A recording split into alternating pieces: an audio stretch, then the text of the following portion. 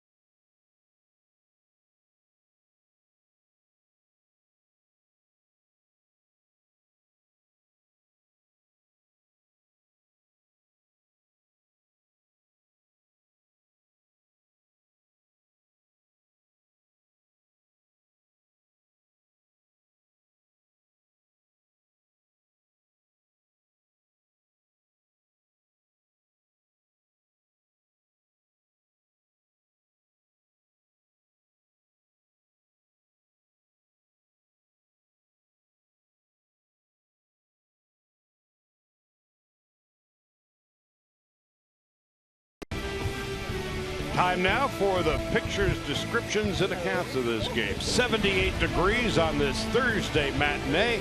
Dodgers and the Brewers, a rubber game of the 3-game series. The Brewers have taken the field, and Kenta Maeda is getting ready for his 16th start of the year.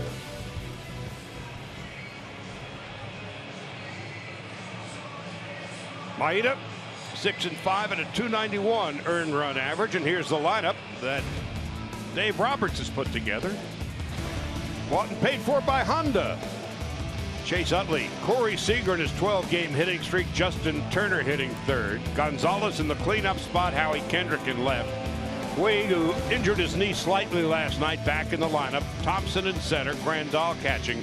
Kenta Maeda pitching and batting ninth against 23-year-old right-hander Zach Davies, making his 14th start, and he's getting better and better as the season wears on. He sure is. April an ERA over 8, May an ERA just under the touch of 4, and then June a 1.64. It's not about velocity, it's about movement. Moving on a 12-6 curveball, an outstanding changeup he can throw in any count, and the fastball, as you can see, he commands the both sides with very good sinking action. In the month of June, Davies is 3-0 at a 1.64 ERA. In his last 10 outings, he has not lost. Closed captioning this afternoon, brought to you by Chumash Casino Resort, where we are all about you. It is a gorgeous day. 3 of the best days we've spent in Milwaukee in years. Ordinarily, the Dodgers seem to come in April, when it's still that transition between winter and spring, and more times than not the roof has been closed. But these 3 days have been picture perfect. 78 degrees as we get ready to play. The Dodgers still smarting from the news about Clayton Kershaw. We'll be talking about that quite a bit during the broadcast, but first things first, the Dodgers have to take care of their own business. Chase Utley has struggled in the month of June at .256. He's got 5 home runs and 26 runs batted in. This is the final game of a 7-game road trip. Dodgers are 2-4, and on the season 4-2 against the Brewers, the last time these two clubs will meet one another. So it'll be Utley, Seager, and Turner. As Milwaukee has done throughout this series, they put the shift on for Chase Utley. And he pops it into short left field. Now slicing foul. And Aaron Hill makes the play. We're underway. Well, the roof is open, but the winds are swirling as they come through the roof here. That pop-up kind of shifted around an awful lot.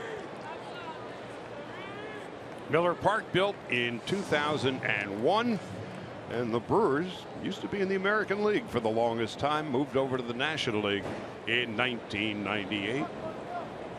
There's Bernie Chalet up there. Corey Seager stepping in. Seager at .296, 6th in the league with 91 hits, and that 12-game hitting streak of his career best. He and Nolan Arenado currently have the longest hitting streaks in the major leagues. So Seager keeping good company during the hitting streak. Seager's at .408, 20 hits in 49 at-bats, a home run, 8 doubles, and a triple. 1-1. Seager last night doubled in his first at-bat. That was his 20th 2-base hit of the year. And Seager's hitting streak is now at 13.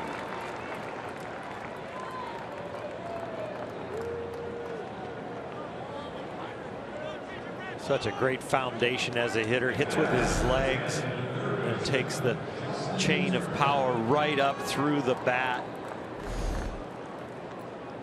Using his legs so well in that foundation, a very short stride, and stays real stable, keeps his eyes stable, and then barrels up more balls than not. So now here's Justin Turner at .247. He's got 11 home runs and 38 runs batted in. Last day of the month of June, the Dodgers 15-12 in June coming into this game.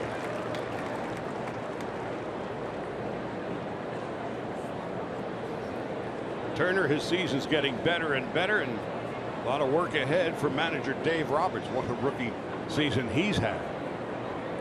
Turner 5 out of 17 on this road trip. No balls and 2 strikes.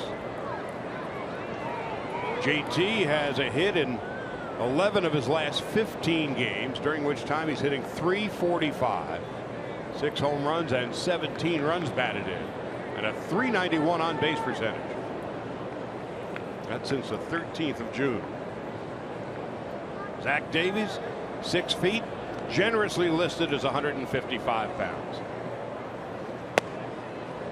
1 ball, 2 strikes. Davies in his last outing against the Dodgers had a very nice outing back on the 17th of June. 7 innings, 5 hits, only 1 earned run, a walk, and 6 Ks.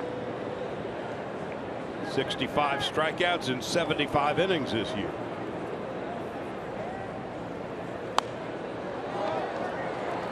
Zach Davies, in his first 3 starts this season, stumbled out of the gates, had an .878 ERA. But in his last 2 months and 10 starts, 5-0 and a .264 ERA. His last start, a career high 9 strikeouts. So he is coming in hot. 1 ball, 2 strikes. Line into left center field for a base hit, and Seager is on his way to third. Dodgers in business here in the first inning. Back-to-back singles for Seager and Turner. Runners are at the corners, and Adrian Gonzalez coming up. High change up right here. That Davies is his #1 out pitch. Hasn't thrown the 12-6 curveball yet, but Justin able to stay on that ball, find the gap there, and a great job by Corey Seager reading that the shift is not going to catch this line drive, and then making a nice solid turn at second base and easily getting into third. So you got Seager at third, Turner at first, and Gonzalez coming up. Adrian's been a road warrior this year, .345 away from Dodger Stadium. 4 of his 6 home runs on the road. Off to the left and out of play. It's 0-1. This at bat right here, Adrian looking for something that he can get in the air. Milwaukee not playing any kind of a shift on him at all, just playing very conventional. A little bit of pull there at second base to guard the hole with Turner on first. Gonzalez .416 lifetime at Miller Park. And a short center. That's VR being called off by Neuenhuis. Runners can't go anywhere.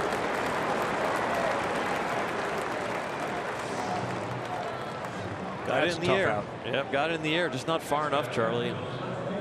He was looking for a ball up, just got jammed a little bit on that one, made him open up, and that bat head dropped and popped it up. Now here's Howie Kendrick. Last couple of weeks he's really turned it on. He had a terrible month of April. Hit about $1.50 in April. Slowly but surely the average is moving north. He's a .290 career hitter. So you've got Seager at third, Turner at first.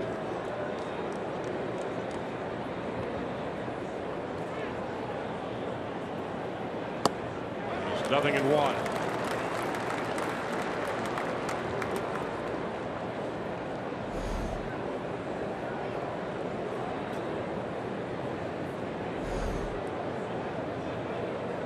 Kendrick with 3 home runs, 14 runs batted in.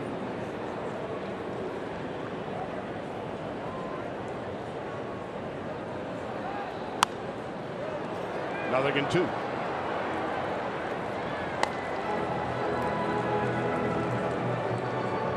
The situations where Howie Kendrick has come through so often in his career.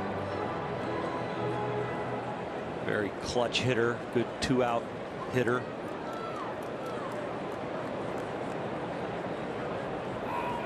No balls, 2 strikes, 2 out. Runner goes, call strike 3. It doesn't matter. Kendrick down on strikes. The Dodgers threaten. with singles by Seager and Turner, and they are left stranded. Kenta Maeda getting ready for his 16th start of the season when we come back.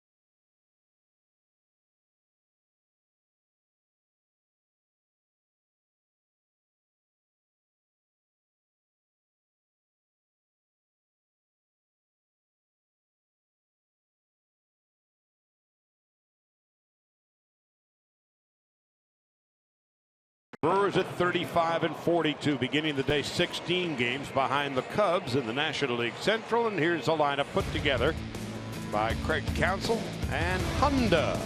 Jonathan VR will lead off at shortstop, and Scooter Gennett is at second base. Ryan Braun's been red hot. Chris Carter at first base. Aaron Hill at third. Kirk Neuenhuis a home run the other night in center. Martin Maldonado giving Jonathan Lucroy a day off. Ramon Flores in right. Zach Davies pitching and batting ninth against Kenta Maeda, who is loose and limber. And away we go. VR at 300.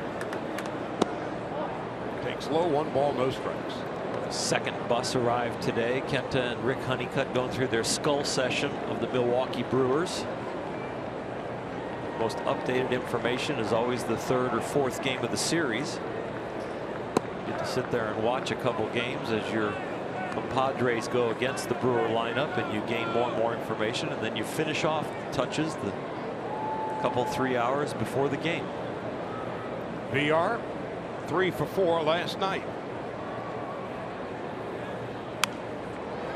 An unconventional leadoff hitter in that he strikes out a lot.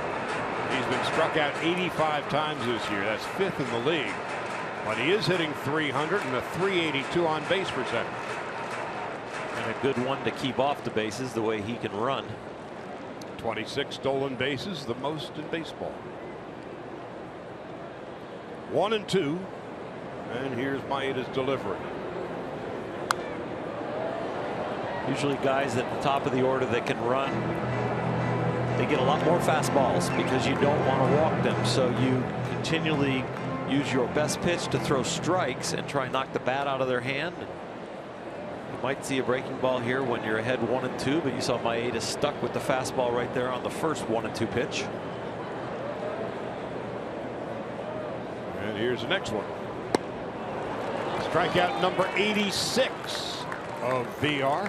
As we look at the Dodger defense this afternoon, Puig, who wrenched his knee a little bit last night on a play against the wall, back in right, Thompson in center, Kendrick in left field.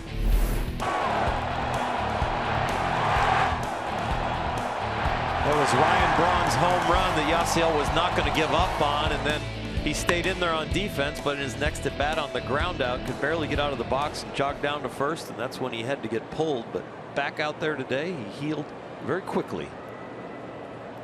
Usual suspects in the infield for the Dodgers: Turner and Seager and Utley and Gonzalez. Yasmani Grandal behind the plate. Scooter Gennett at 264, 7 home runs and 21 runs batted in.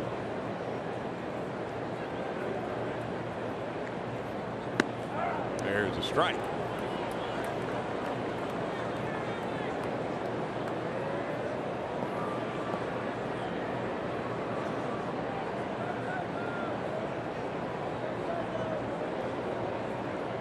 Jeanette has a hit in 7 of his last 9 games. Fooled by the off-speed pitch, and it's 1-2. A lot of fastballs in the last outing that Kenta had against these Brewers, so he's got a little bit of history to be able to set them up in the same counts where he went heater. And this time around, being so quickly, only 1 outing in between, he could mix up that arsenal. Count holds it, a ball and 2 strikes. You know, my day, Charlie, and you saw this an awful lot, without interleague play, you could have start after start against the same exact team. You know, you play the Padres in LA, and then the next road trip you've got the Padres in San Diego, and you get the same exact starter, same exact lineup back to back, and you had to make your adjustments because they had just saw you 4 days prior. On 1-2. Back through the middle and into center field for a base hit. Fastball that was hung up and smacked to center. Now with interleague play, you don't see teams quite as often, but here both Davies and Kenta Maeda seeing the same team with only 1 start in between. So both memories by the hitters are very fresh on these pitchers, and they'll have to make some adjustments at times. And the extent of video research, it's off the charts now compared to your day. Well, you went from just a game of the week to local broadcast starting, but not everybody had access to them because we didn't really have the satellite dishes. And then you had ESPN and other networks starting to go in with Monday and Wednesday night baseball. And now Ryan Braun takes a strike. Then all of a sudden every game is on TV and every moment is recorded, not only with video but now with StatCast and all the different things that they record as far as every single pitch and the location and all the sabermetric stuff. There's so much information to scout your opponent. Well, there's no such thing as a video room when you were pitching. I asked Fred Clare, our general manager, for a budget to create a video room out of a closet, and they were nice enough to put a satellite dish at the top of the elevator shaft at Dodger Stadium. They brought us 2 24-inch screens and 2 VCR machines, and that was our video room. There's the closet right across the hall from Tommy Lasorda's office. Braun has a hit in 13 of his last 14. Then the next battle was getting to be able to go sit in the video room while your team was on defense so that you could watch the center field camera for the opposing team that you were going to face the next day. Tommy, in those days, the rules were you had to stay on the bench. And that's a good rule as far as team camaraderie, but as far as information, it was a lot better to watch it live and then take the tape home and see it 2 or 3 times before you had to face the team the next day. Braun with a home run and a double last night. Knocked in 4. And gets hit in the leg.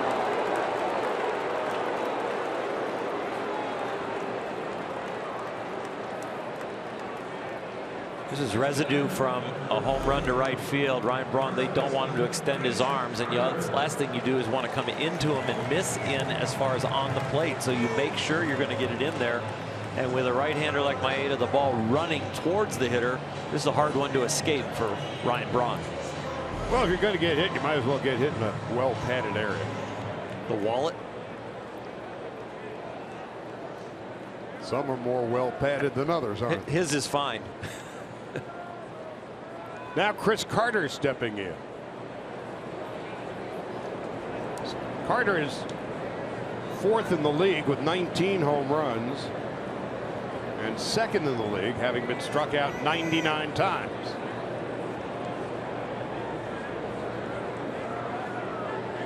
Has 62 hits, of which 34 have gone for extra bases.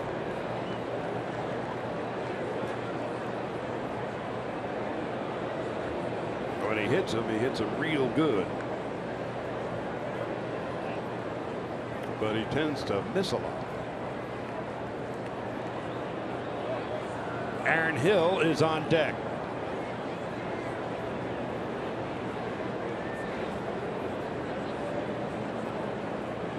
The Brewers head down to St. Louis after this game. The Dodgers head home.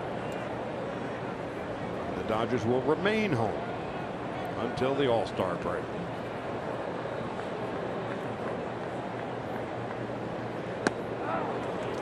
This is the 81st game of the season, so at the completion, the Dodgers will be at the halfway mark.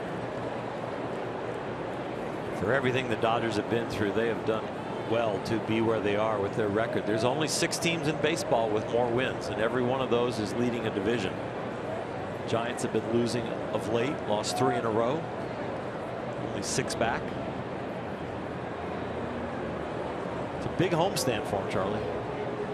Get into the break, keep this distance with the Giants, or maybe close a little bit. 3 with the Rockies Friday night, Saturday night, and Sunday afternoon. July the 4th, 5th, and 6th. The Orioles are in town. Then the final 4 before the break, the Padres. Carter takes low, 2-1. At least you're going home. You're going to have to patch the rotation together going into the All-Star break. But with the All-Star break, to get you a little time to get some people healthy. Maybe we get Ryu back. Maybe you get McCarthy back. Maybe the news on Clayton Kershaw gets better.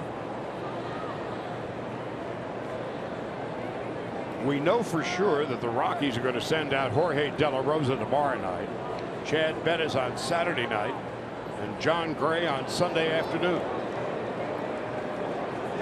Dodger rotation, it says TBD. So we don't know yet. Of course, the injury to Kershaw and the placement of him on the disabled list for the foreseeable future, no time frame has been established. But devastating hit. Dodgers, after all, are 14-2 when he starts, and 29-35 when he doesn't. So fellas like Maeda and Kazmir are going to have to step it up. Here's the 2-1. Carter takes inside, 3 balls and a strike.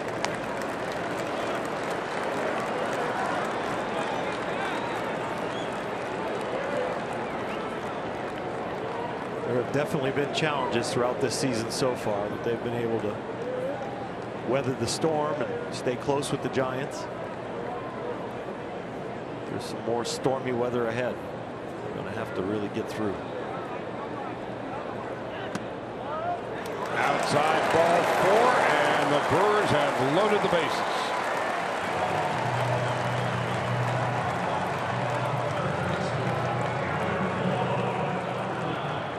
Brings up Aaron Hill.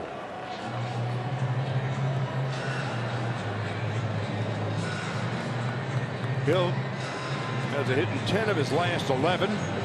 7 home runs, 24 runs batted in. And 5 for 11 with the bases loaded.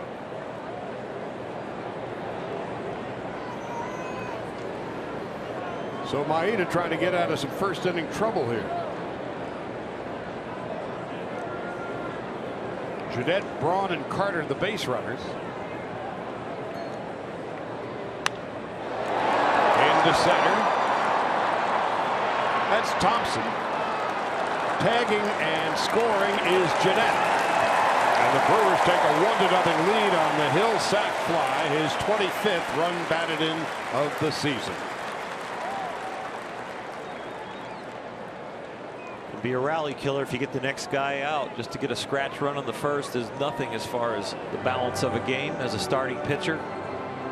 Maeda would like to get to the 6th inning or so. The Dodgers haven't seen a starting pitcher get an out past the 6th in a while, and Aaron Hill swing at the first pitch keeps the pitch count down.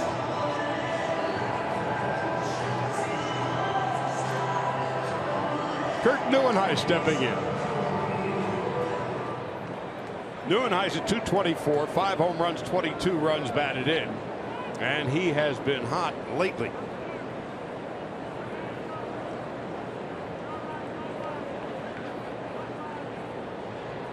Three-run home run last night at a foul ball.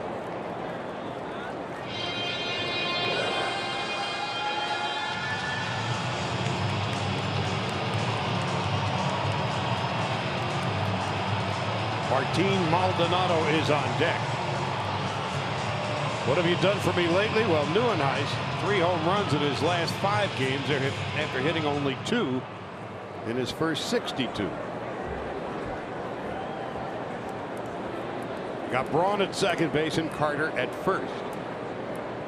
And Maeda about to throw his 21st pitch of the inning.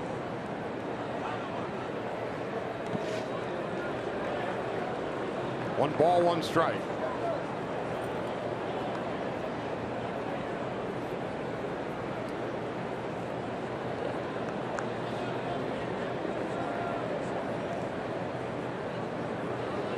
Dodgers were 12-13 in April, 15-13 in May, and 15-12 this month, the final day of June. 1-1. 2 balls and a strike to Kurt Neuenhuis.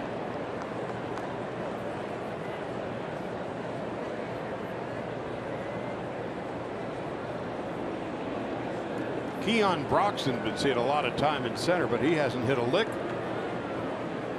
And so it is Neuenhuis getting some work these days. 2 balls, 2 strikes.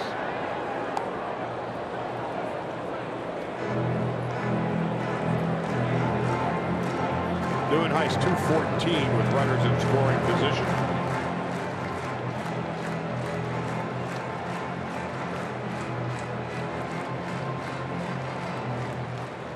Ball's going to carry here a little better than it has the last couple night games.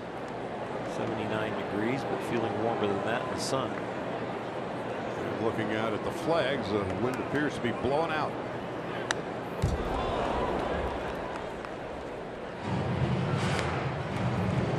The night games, by the time we played, temperature in the mid-60s.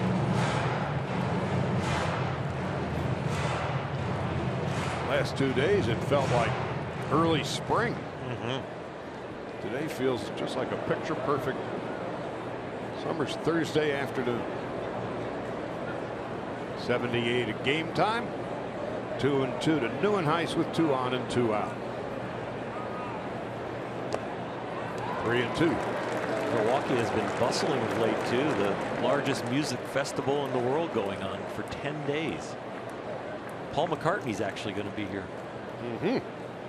$20 to get in on a daily basis is all. They get anywhere from 5,000 to 10,000 people in a day. I think McCartney might draw a few more than that. I think he will. It's coming up to left field, slicing toward the corner and foul. Home run distance off the bat of Kurt Neuenhuis. That really shows how the ball's carrying here today, because he didn't hit that ball well at all, and the wind is blowing out to left field, just like the flag. Sometimes in these stadiums like this that are fully enclosed but only the roof open, as the wind comes in from the top, it'll swirl around. So the flags aren't accurate, but these flags are very accurate today. That ball was carried well to left. So meanwhile, Maeda is at 26 pitches, and again, the bullpen that's been taxed so much, desperately needing some length out of Maeda. Again, the 3-2, and he strikes him out to end the inning. So it could have been worse for Maeda as the Brewers score 1 run, 1 hit, leave 2, and we'll go to the second.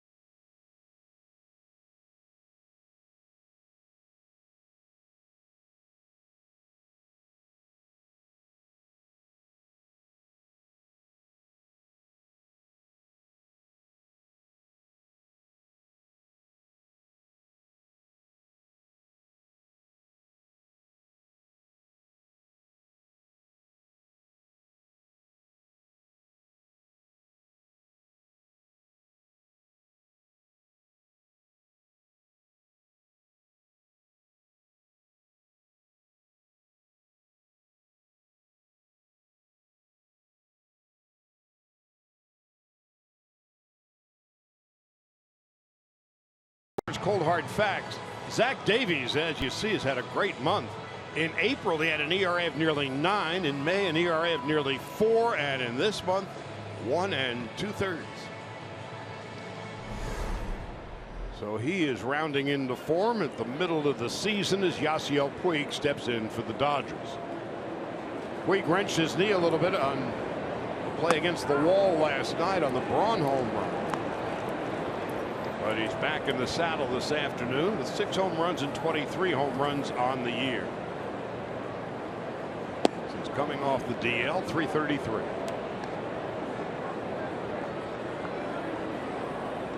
Trace Thompson on deck. Yasmani Grandal to follow. The 1-1. 1 ball and 2 strikes. What makes Davies so hard to hit? Movement and location. It's not about velocity. Does not light up the radar gun at all. He's got a nice, loose, athletic arm.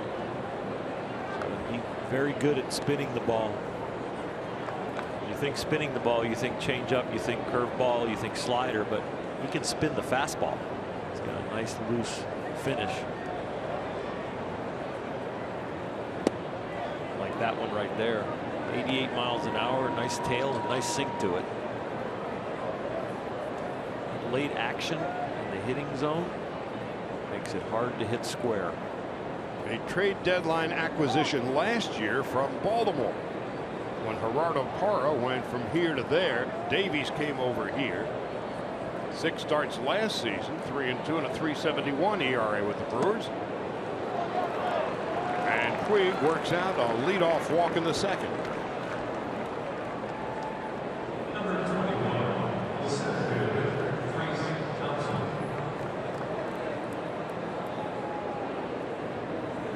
Thompson struggling this month at .235 now with 11 home runs and 27 runs batted in. Once again, starting in center field, Jock Peterson with the shoulder injury. They'll have a better gauge on how he is doing once the Dodgers get home tonight. But he was saying yesterday and then again today, he feels better than he thought he would. Frankly, when we saw him yesterday in the hotel lobby relatively early in the day, kind of half expecting to see his arm in a sling. But he's got pretty good movement. And that's obviously a positive sign. Thompson takes a strike.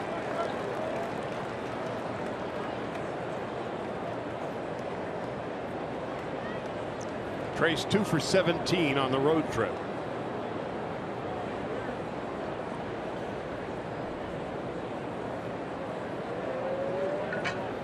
No balls and a strike. Brewers with a 1-0 lead. We're in the second. Well hit to left. And Trace Thompson has just clocked his 12th home run of the year. And what a shot it was. The Dodgers take a 2-1 lead.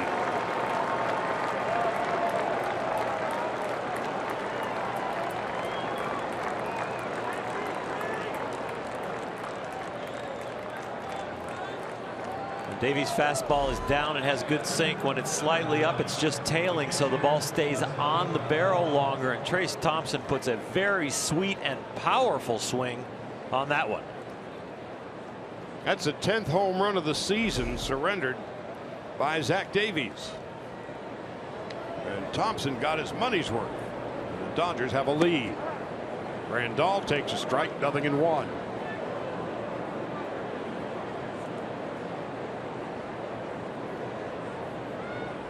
Average has gone down, but the power has gone up.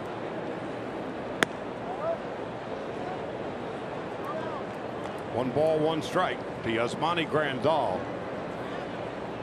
who's hitting .178.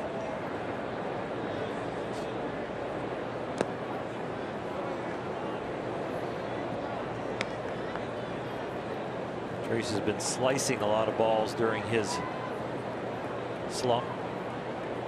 Getting under too many. That one he stayed level through the hitting zone and did not get under too much at all. 2 balls and 2 strikes to Yasmani Grandal. Thompson has 12 home runs and 29 runs batted in, and the Dodgers and Maeda have a 2-1 lead. And Grandal is down on strikes.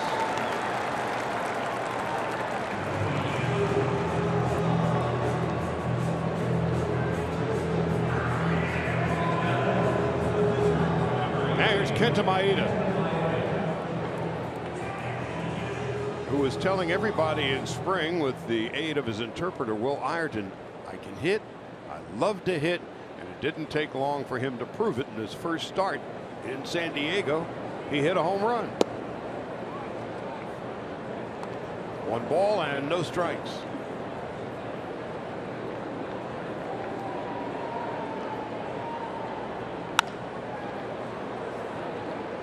Scooter Gennett, 2 out.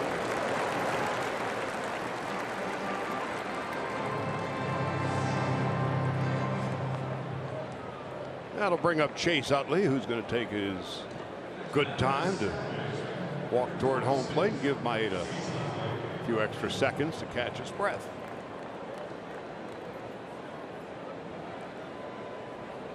Always well appreciated by your starting pitcher to get a chance to get in there, towel off, take a sip of water, and sit down, get your heart rate down before you have to go out and warm up.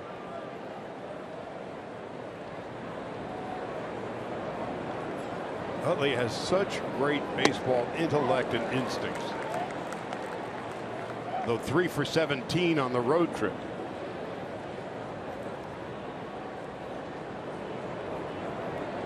Dave Roberts was saying about Utley the other day, maybe his favorite player of all time.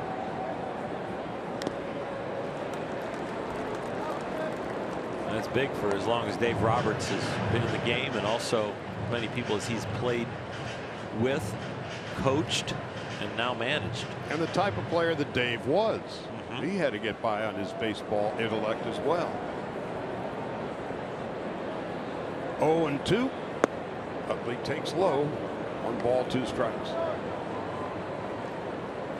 Just a little cat and mouse game that Chase played with the real slow walk up to the batter's box to give Kenta time, but then to jump on the first pitch. So he was trying to set the Brewers up, plus give his starter some rest. And he drills one to right. And it is going to drop in for a base hit. And Utley will arrive at second base with a sliding double with 2 out. For Chase Utley, that's his 12th 2-base hit of the year. Out in front of a changeup, but well placed right down the right field line, and Chase Utley knows if this touches outfield grass with 2 outs, he should try to get the second. And when it does land, there was no hesitation. He was striding all the way around first to get there.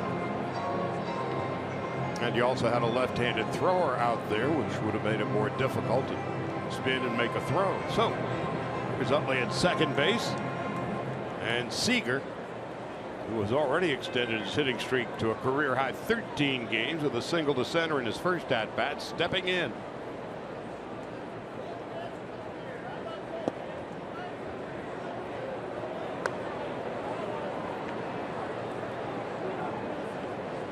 So Corey at the moment is at 299. 16 home runs, 38 runs batted in.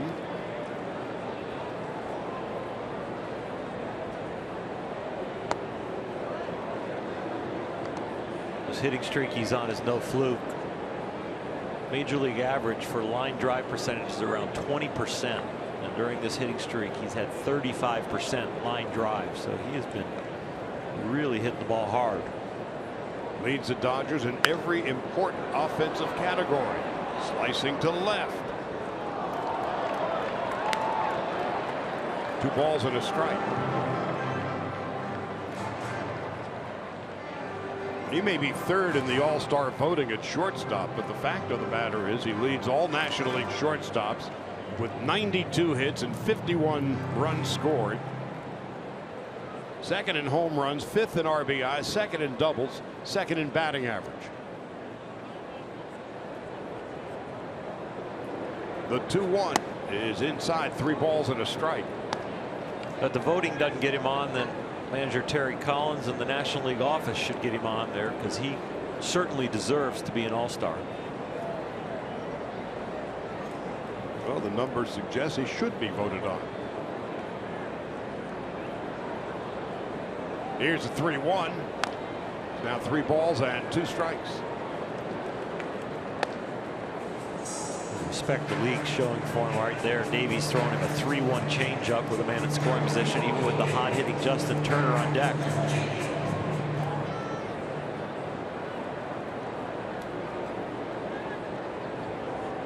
3-2 to Seager. Davies set at the belt. And Seager will see another pitch.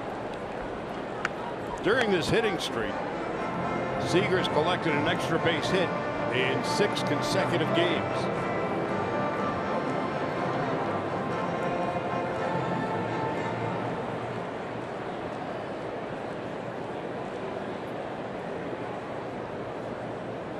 Corey Seager has been everything that the Dodgers had hoped for and expected. And the 3-2. Even his foul balls are loud. Came into the game hitting .296. He's now at .299 with the hit, so he could be the first Dodger 300 hitter this year in a while. Get a knock here. He leads the Dodgers in every significant offensive category.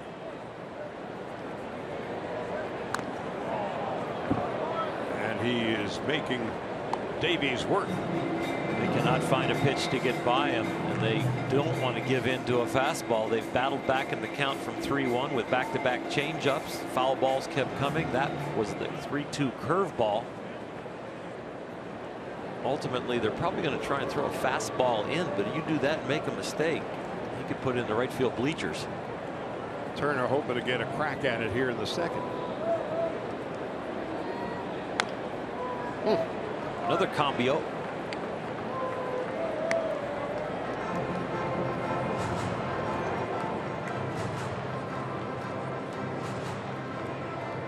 Seager's base hit in the first was his 92nd of the season. He's 6th in the league in that category.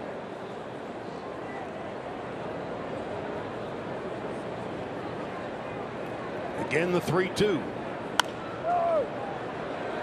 That's Carter. That's Davies covering. And that ends the inning. But after a Yasiel Puig leadoff walk in the second, Trace Thompson lost it, his 12th home run of the year, and the Dodgers lead it 2-1.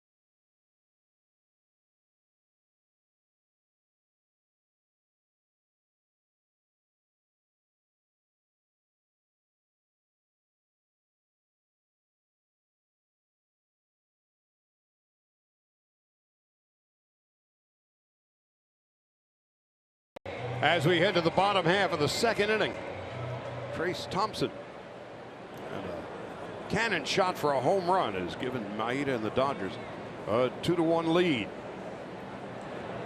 This is Martin Maldonado, the understudy catcher for the Brewers, taking a strike, 0-1. Jonathan Lucroy's got the day off. Maldonado is 9 for 54.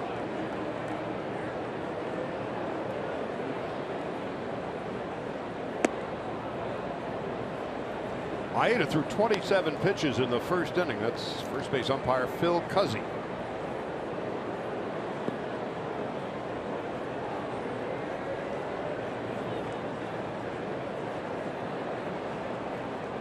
Ramon Flores on deck.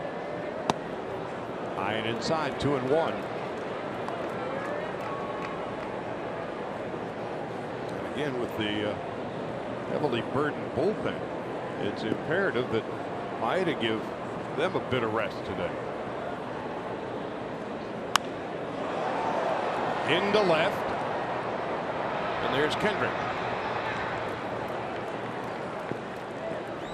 First out of the bottom of the second. Celebrate the 1981 Dodger World Series tri-MVPs on Saturday, July 2nd, as the Dodgers take on the Rockies. First 40,000 fans in attendance receive a 1981 tri-MVP bobblehead presented by Security Benefit. For tickets, visit Dodgers.com/promotions. Now here's Flores, 229. He's got 38 hits, a home run and 15 runs batted in.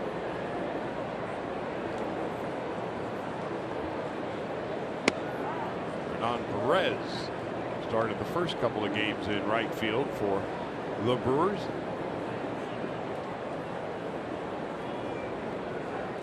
Zach Davies is on deck. High and outside.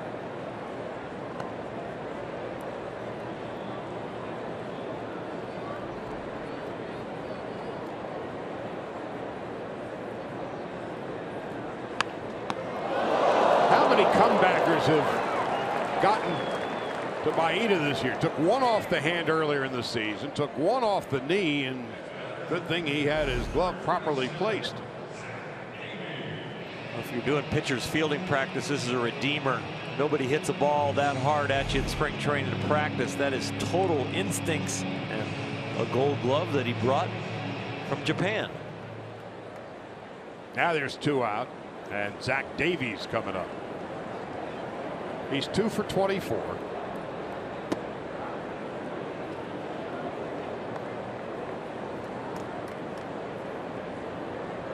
Couple of singles. 2-1 Dodgers in the bottom of the second.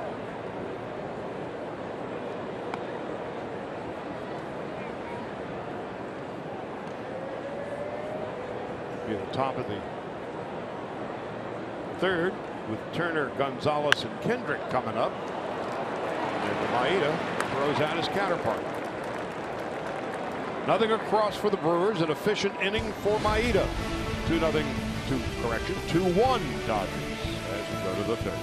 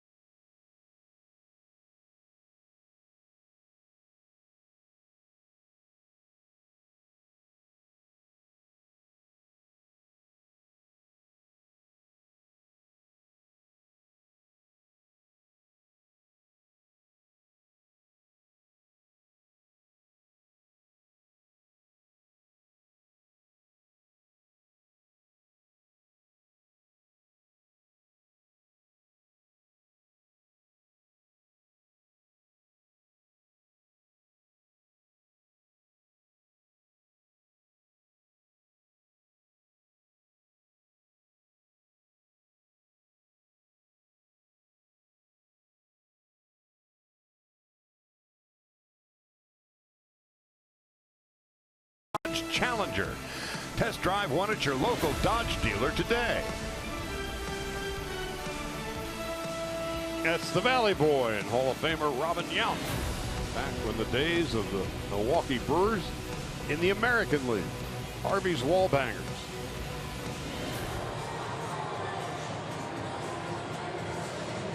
It'll be Justin Turner, Adrian Gonzalez, and Howie Kendrick to bat. Turner with a single to center in his first at bat. Boy, those guys could hit. That was a most apt team nickname. There's a strike, 0-1.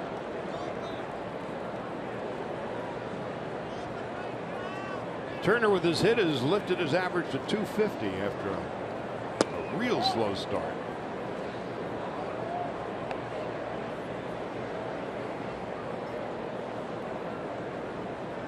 Whether it was just recuperation process of knee surgery in the offseason, whatever it is, as the season has worn on, he has gotten stronger and better. He's gotten more comfortable with his new legs. The strength is there, the endurance is there, and he's worked out a few mechanical flaws. 2-2. Visuals are about to change here. It's being a day game. The sun finally getting to a point where the roof is going to, the sides of the stadium are going to affect the shadows.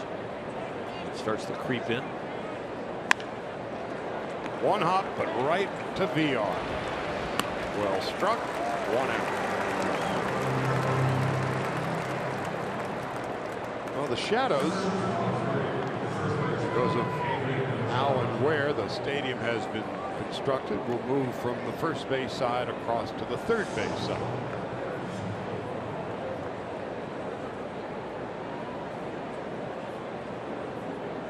Now Adrian Gonzalez.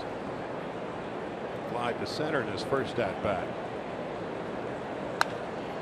And bounces to second in his second at bat, throwing his bat away in disgust.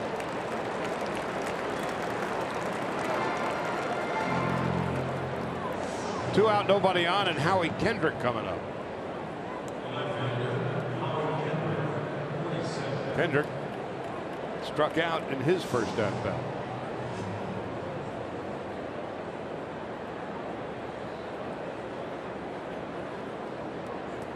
Kendrick's hit .275 this month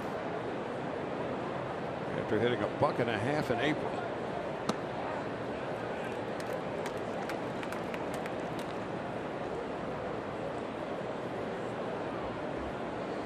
Three home runs and 14 runs batted in.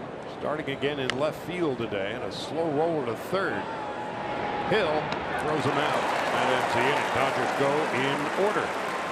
Nothing across. Will go to the bottom of the third. The Dodgers are up 2-1.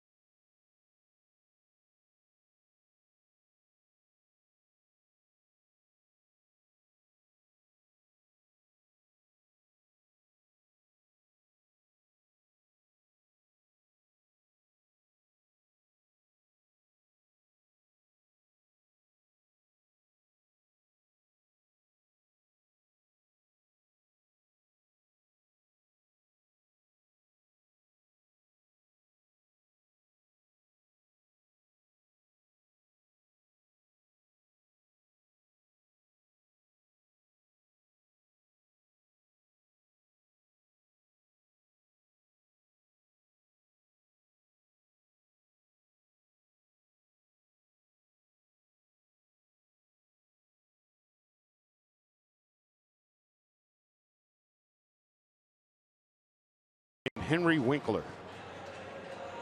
But hey, we're in Milwaukee. And he's got a statue. Fine. Top of the order for the Brewers, Jonathan VR. Struck out swinging in his first at bat. VR, the former Astro. Had Carlos Correa there, so there was no room for him.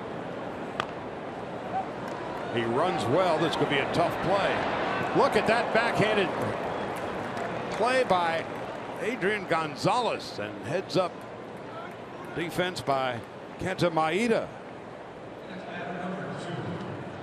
It's worthy of a Morongo Casino Resort and Spa slow-mo cam. Excellent athleticism. Adrian really good with the accurate flip, and Kenta having his back to the bag, understanding where it is because of his route. So as Adrian comes in and flips it to him, he's on the inside part of first base. Maeda having to reach back for the ball, plus find the bag with his feet. Great job as far as running that route. And the velocity of the throw with the backhand was the only way they could get the play, and they did. He's won 4 Gold Gloves, Adrian Gonzalez.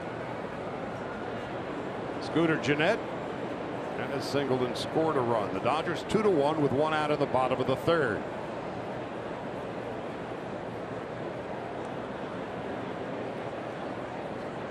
Maeda threw 27 pitches in the first inning, only 10 in the second. And Gennett with a fly ball to left, and there's Kendrick.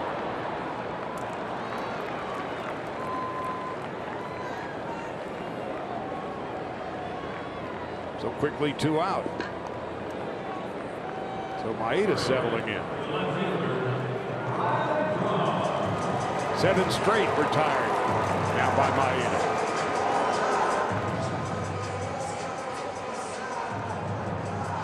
Braun hit by a pitch in his first at bat.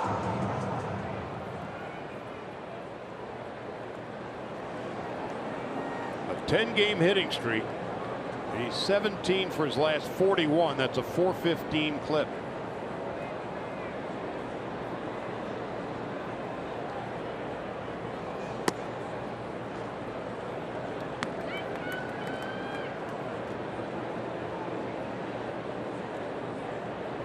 Fifth in Brewers history in base hits.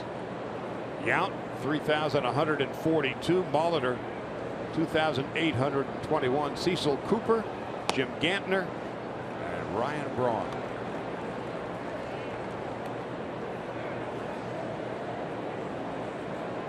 Braun with his 13th home run of the season last night when he knocked in 4 of Milwaukee's 7 runs.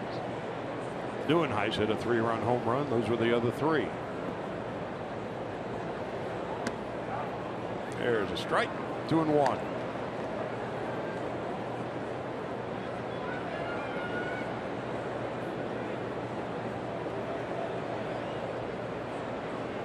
Rock Stewart, his first outing, struggled in the second inning. The other 4 innings were solid, and he rebounded after a trouble-filled second. And he'll be around for another start. I was impressed with the young man's fastball. One of the better fastballs I've seen come out of our minor league system. 93 to 95. It's got a nice tail on it. It also sinks a little bit when he stays on top of it. Talking for a moment in the clubhouse this morning, he was entirely composed. Here's the 2-2. We'll do it again. That's Ed Cedar. Boxed it. Longtime third base coach.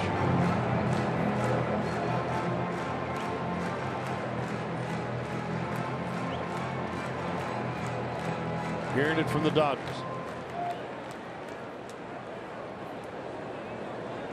2 balls, 2 strikes, 2 out. Bottom of the 3rd.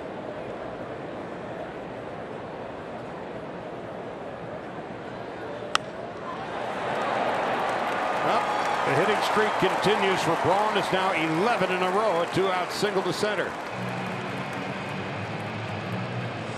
He's been swinging the bat. It's just good to keep him in the ballpark.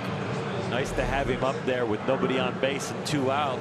Most comfortable at bat when you're going to face Ryan Braun. You see, made him reach, expanded the plate. Braun's good enough and hot enough right now to get a base hit. This hitting streak, he's hitting .420.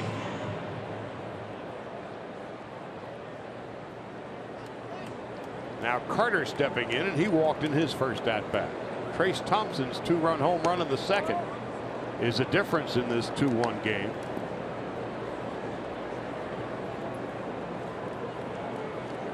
Aaron Hill is on deck.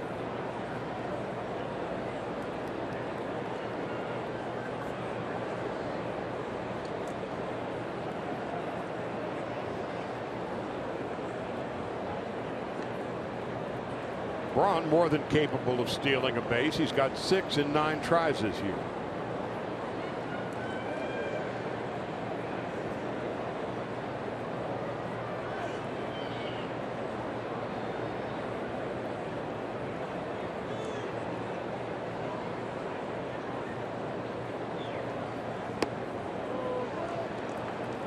Two balls and no strikes to Chris Carter.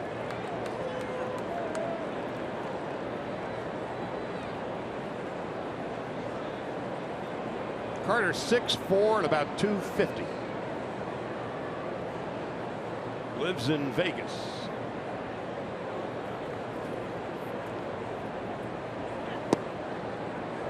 The Astros past 3 seasons and 2.5 years with the A's before that. 3 balls and no strikes. Signed as a free agent with the Brewers in January.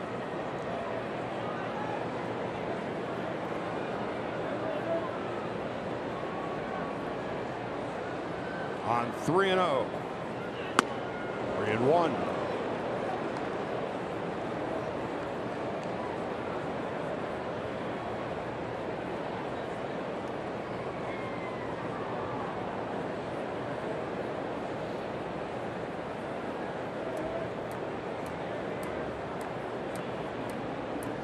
When he hit his 37 home runs in 2014, he hit 227.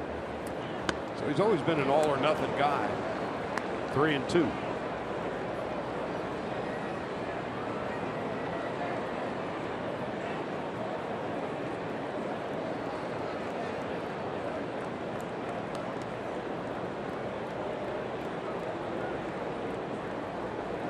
Gonzalez playing behind Braun.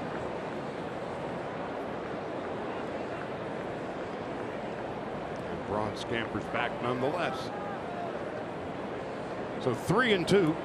Braun will be running with 2 out. There he goes. Here's the pitch. Swung on and missed. Strike 3 for Chris Carter. He has reached the 100 strikeout mark. No runs and 1 hit.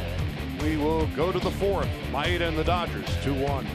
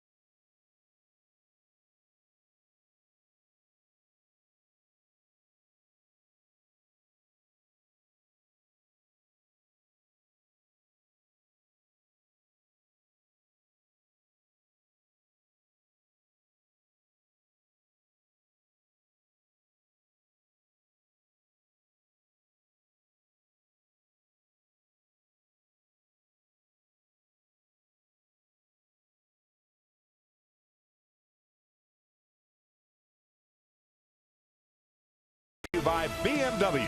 See a Southern California BMW Center today for exceptional offers, or visit SoCalBMW.com. A weekday at Bernie's. We go to the fourth. Dodgers 2-1. It'll be Puig and Thompson and Yasmani Grandal. Puig walked and scored a run in his first at bat. It was one deep down the left field line, but bloody foul. Puig 333 since coming off the disabled list.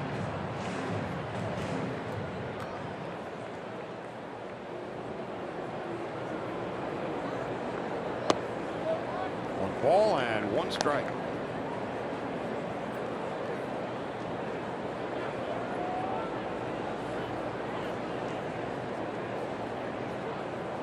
Dodgers last year took the season series from the Brewers, 4 out of 7.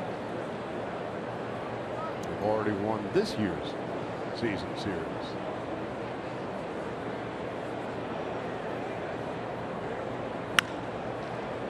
In the hole, it's short. VR throws him out, dug out by Carter.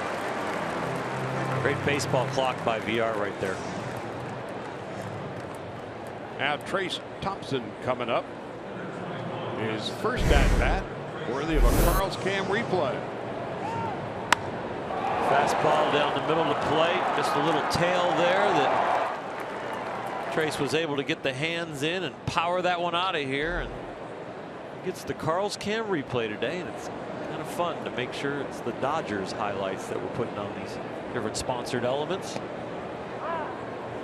Thompson just 202 in the month of June, but that was his 5th home run. Now has 10 runs batted in.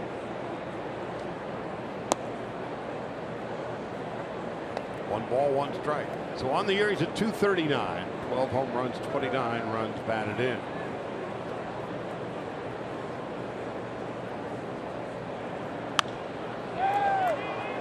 To short center, there's Neuenhuis. Quickly 2 out.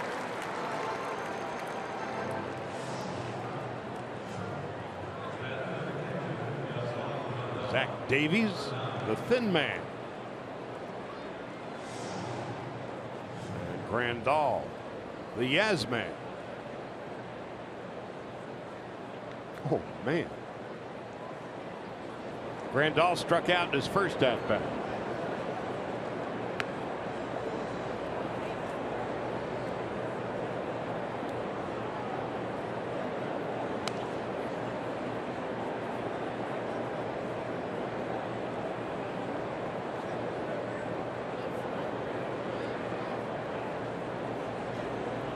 One ball, no strikes to Grandal.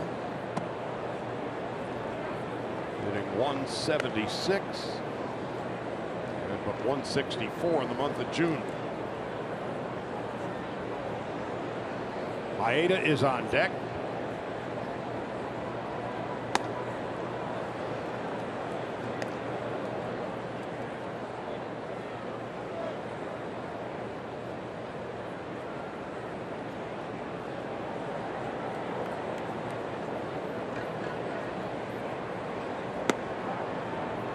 Three and one to Yasmani Grandal with 2 out and nobody on here in the 4th.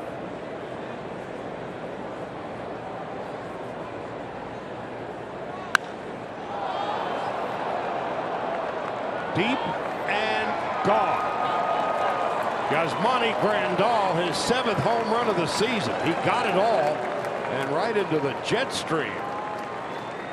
2nd home run of the day given up by Davies, and the 11th of the season, and the Dodgers take a 3-1 lead.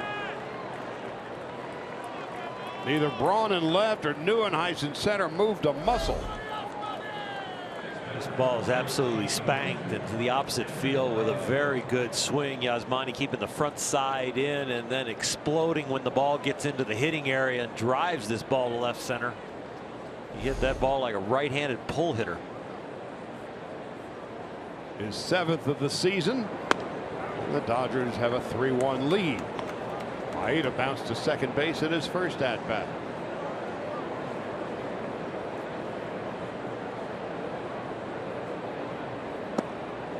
Well, the Dodgers, of course, dealt with the devastating news that Clayton Kershaw is out for the foreseeable future, an epidural in his lower back.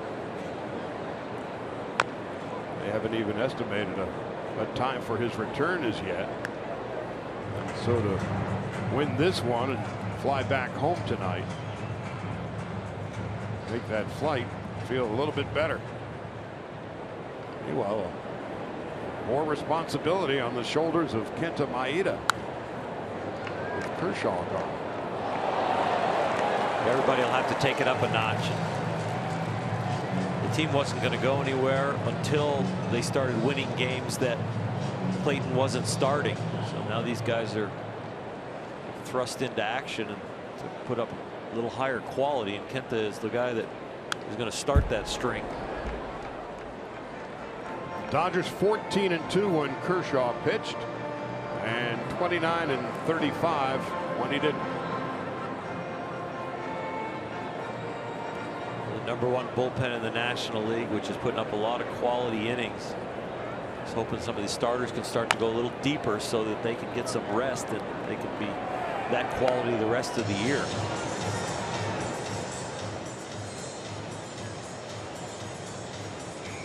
Dave Robertson, his first year as a manager, is dealing with a lot of challenges, but right now only 6 games behind the Giants and 7th best win total in the big leagues. The Maeda is fanned, 3rd strikeout for Davies, and Grandal with his 7th home run of the year.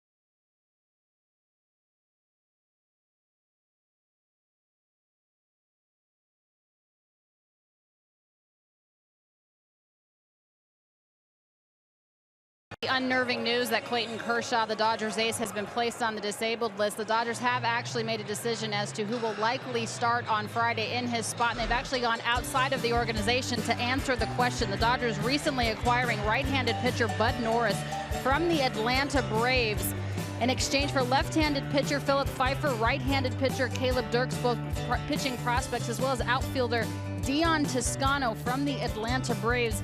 Bud Norris, of course, went to college in California, started the season as a starter, went to the bullpen, but has pitched well as of late in his last 5 starts, an ERA under 2.5, guys. So Bud Norris, although not official, will likely make the start tomorrow in Clayton's spot.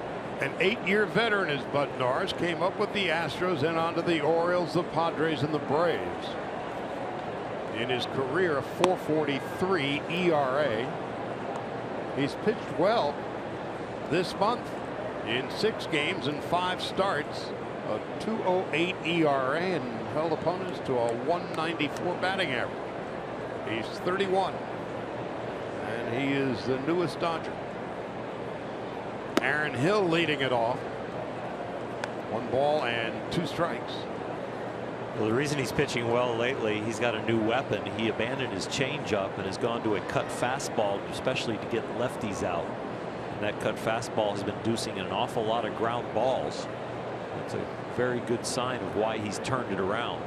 Hill on 1 and 2 takes a call, strike 3. Fourth strikeout of the game for Maeda. And after the shaky first inning, he has settled in quite nicely.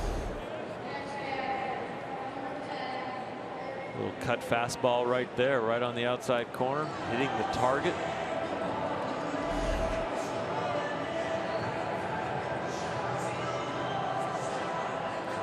So Cal Poly, San Luis Obispo, where Bud Norris went, and now he's a Dodger. Kirk Neuenhuis is the hitter. And takes a strike, 0-1. So you've got Maeda emblazoned in sun, and the hitter, Neuenhuis, in the shadows.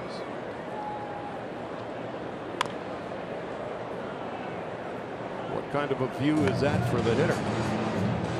It's not a good one. Think about your pupils and how it is hard to adjust when you're driving at night and headlights come at you, or think about when you're in the day and all of a sudden the glare hits it because the cloud cover is removed. That's consistent right there, trying to pick up a very lit ball, and then all of a sudden it goes into the dark.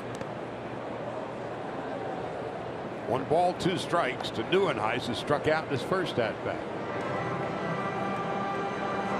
Dodgers gave up a couple of minor league pitchers to get Bud Norris.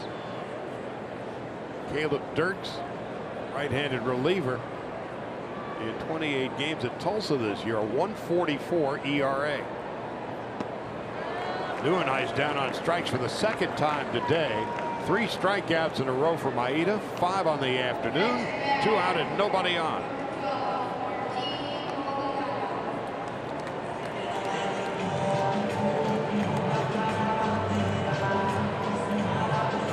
Dodgers also sent Philip Pfeiffer, a lefty, who was at Rancho in 17 relief appearances over 2 levels this season, a 2.67 ERA.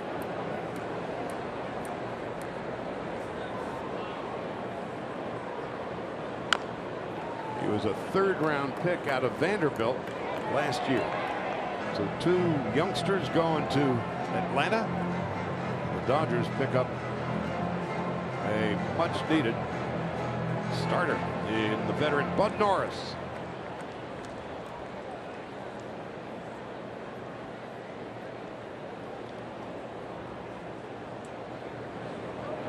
Two out, Martin Maldonado.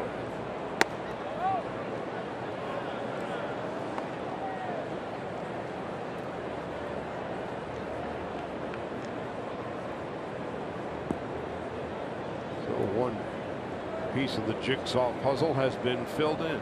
Bud Norris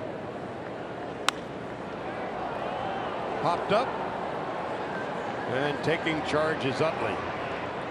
Another good solid inning for Kenta Maeda. We'll go to the 5th. He and the Dodgers have a 3-1 lead.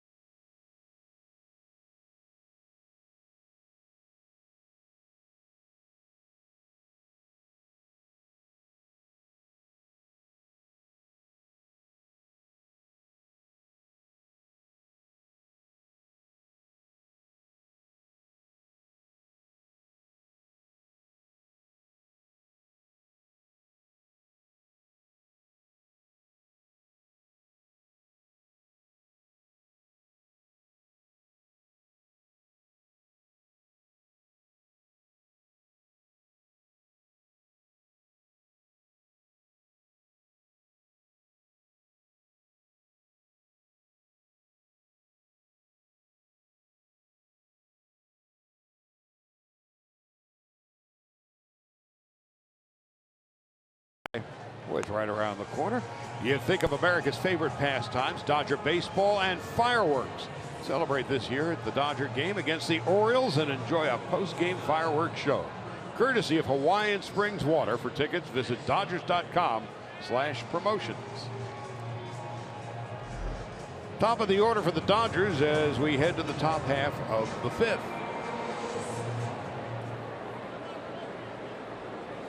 .72 pitches, 48 for strikes. For Zach Davies, as Chase Utley, who has doubled in 2 at-bats, takes a strike. It's 0-1. Utley, Seager, and Turner to bat. Davies' 14th start of the year. A shift on for Utley, who takes low and outside. You know, with the big news about the Bud Norris trade coming over, of course you want an innings eater. Of course you want a big leaguer that has been solid, but really he has upgraded his resume in the last few starts.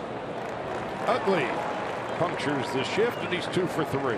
You know, Charlie, over the time after Bud Norris lost his place in the rotation with the Braves and then really kind of fixed his delivery and added the cut fastball, those 47 1/3 innings, a 2.08. That's just not coincidence. That's somebody who has found a new tool and is also very comfortable with it and is getting very effective and is proving it at the big league level. And he's held the other batters to a 194 average since May the 2nd.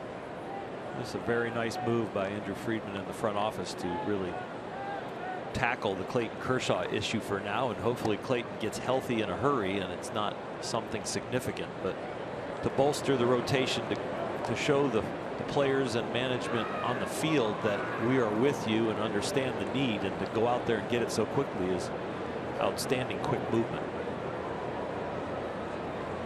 Seager is 1 for 2. He's extended his hitting streak to a career high 13 games. And it's 2 balls and no strikes. Sadly, of course, Kershaw, 3-time Cy Young Award winner, MVP award winner, was off to perhaps the best start of his career. He had made 30 starts in 6 of his past 7 seasons. Clayton is a very fast healer. You think when he got back from Australia, had that little strain in his back, his upper back. There was speculation that he might be out for an awful long while, but he got back in a hurry. It's a lot quicker than most thought. Hopefully that's the same situation here with the back.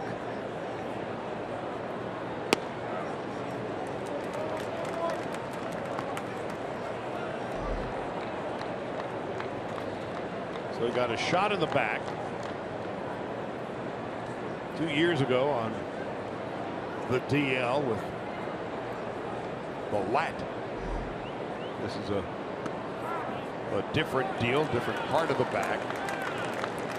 Now Kershaw, again, this is maybe his best start of his career. 11-2, a 1.79 ERA. Led the league in innings, strikeouts. The whip to deep center field. Neuenhuis going back. He's at the wall.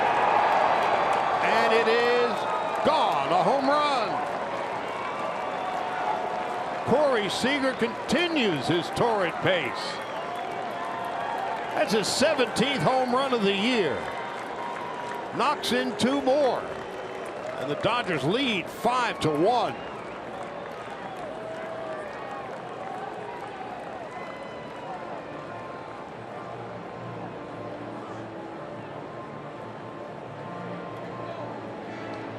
It might be too late for him to get enough votes to be the starter on the All-Star team, but it is not too late to get named to the All-Star team. The National League, Terry Collins, will take notice of this blast right here.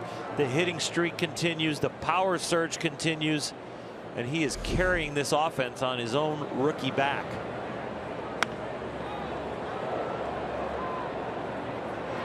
Jeanette has time to throw out Turner. So, you know, early in the season, you always say, hey, he's on a pace too. Well, we're at the halfway mark of the season, Seager has 17 home runs. You can double that to 34. Has 40 runs batted in. You can double that to 80. And I think the average just went over 300.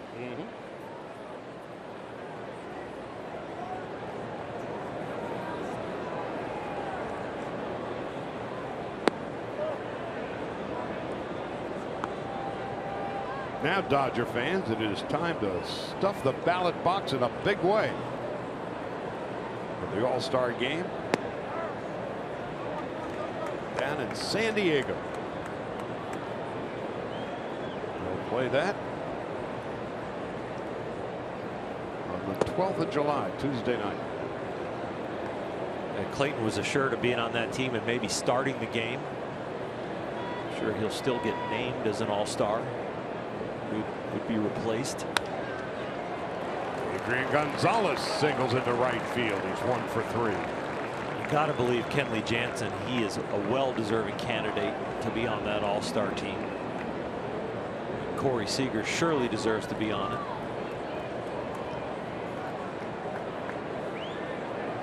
It's very hard for a non-closer to get named to the All-Star team, but Adam Libator, with what he has done, and even Joe Blanton with the consideration of how well he has pitched out of the bullpen, but Libator with his scoreless streak and the way he has pitched throughout the year. Sometimes an outlier, you get recognized. Kendrick.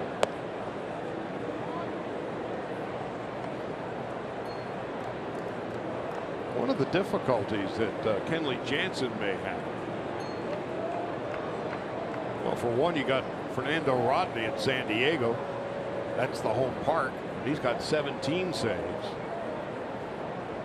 You've got him and Will Myers, and that's probably the two possibilities out of San Diego. You got Jeurys Familia, who's got 26 saves. Ramos from Miami has 24. Then Jansen is third. Kenley has always been the bridesmaid. Not that he doesn't deserve it. Then the question is, sometimes managers will load their pitching staff with nothing but starters to pitch an inning or two. And then you'll have all-star managers who will load their staff with nothing but relievers. So we'll see how that plays it out.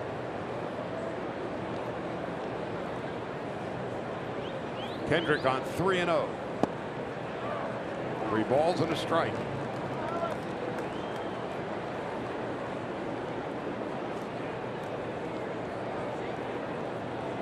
But strictly statistically speaking, you'd be hard pressed to vote against Corey Seager. Gonzalez goes on 3-1, and he is out from here to Kenosha. Goes ball 4. Martin Maldonado not sure about that call with home plate umpire Tom Halliot.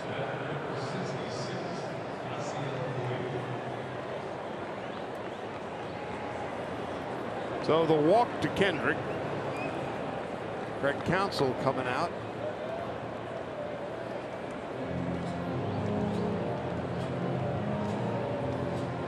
Brewers with bullpen activity. Michael Blazek, he who will be coming in, and Davies, who will be exiting stage right.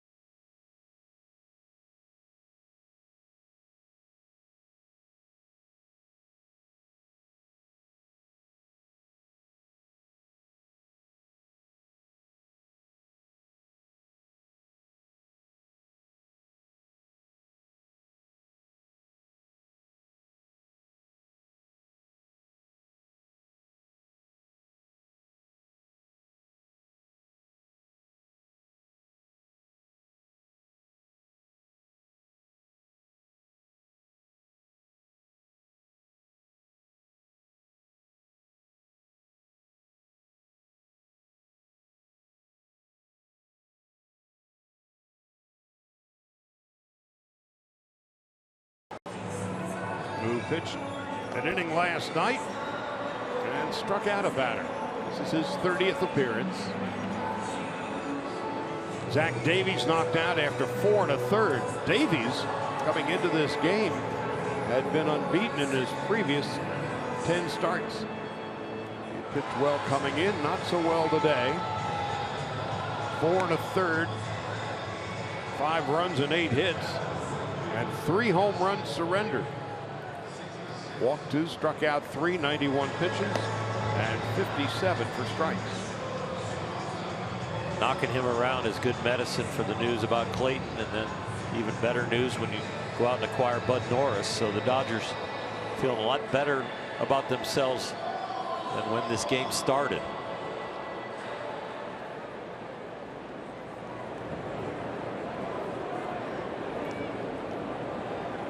Dodgers, even with the loss last night, have won 8 of their last 12, and they're wrapping up this 7-game road trip.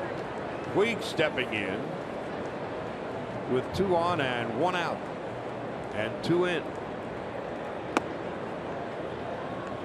Puig has walked, scored a run, came in on the Thompson home run in the 2nd, and has bounced out.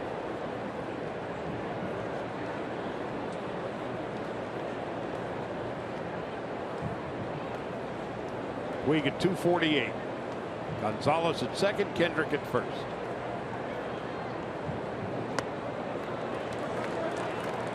One ball, 1 strike.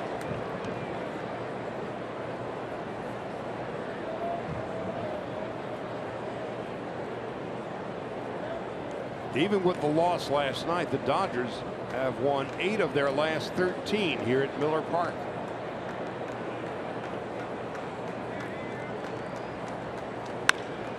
Up the middle into center field for a base hit. Gonzalez rounding 3rd. He's on his way home. He will score without a throw. An RBI single for Yasiel Puig, and the Dodgers take a 6-1 lead. Yasiel finding a hole, squaring it up, puts a 3-hopper right up the middle. The 2nd hop was really firm and getting it up there. Watch this right off there. That hop goes all the way beyond the mound, and that gives it the ability to get through there. Puig's 24th run batted into the season. And the Dodgers, a much better hitting team on the road this year than they are at home for whatever reason. A 15-point higher batting average away from Dodger Stadium than they have at home. And on the road, they're averaging 4.5 runs and 8.5 hits per game, as opposed to 3.8 runs and 7 hits a game at home. And here at Miller Park, since they built it in 2001, the Dodgers are 27-23. They've got a 6-1 lead.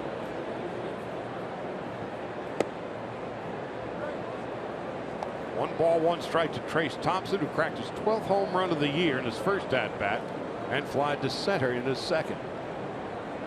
So 3 runs are in here in the 5th. The Utley single, a Seager 2-run home run. Gonzalez a base hit, Kendrick a walk, and Puig the RBI single. Well, this should end the inning with a double play. But Corey Seager continues his red-hot month of June. Sitting about .350 this month.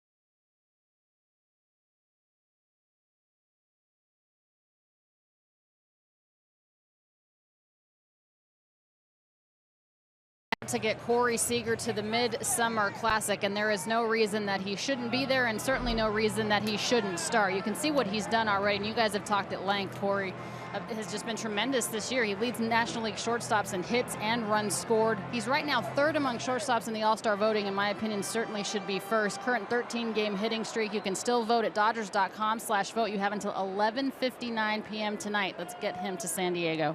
P.S. The home run that Corey hit in the top half of the fifth marked 7 consecutive games in which he's had an extra base hit. He has a 13-game hitting streak. Ramon Flores leads off for the Brewers and takes a strike. It's 0-1. More about Seager, and we are lobbying profusely. The voting deadline coming up. No balls and 2 strikes. As we said, he leads the Dodgers in every significant offensive category: batting average, home runs, RBIs, runs scored, on and on and on. If that were to finish out at season's end, as Flores fouls it off to the left, Corey Seager would be just the 5th National League rookie since 1900 to lead his team in hits, home runs, doubles, and runs scored. And he would be the 3rd Dodger. Well, the first one was a superb. Harry Lumley in 1904. And Wally Berger of the Boston Braves. And again, maybe the most impressive name on the list, leading the team in hits, home runs, doubles, and runs scored, was Jackie Robinson in 1947. All that Robinson had to endure. Oh, by the way, he led the team in all those offensive categories. And then there was a fellow named Pujols in 2001 for the Cardinals.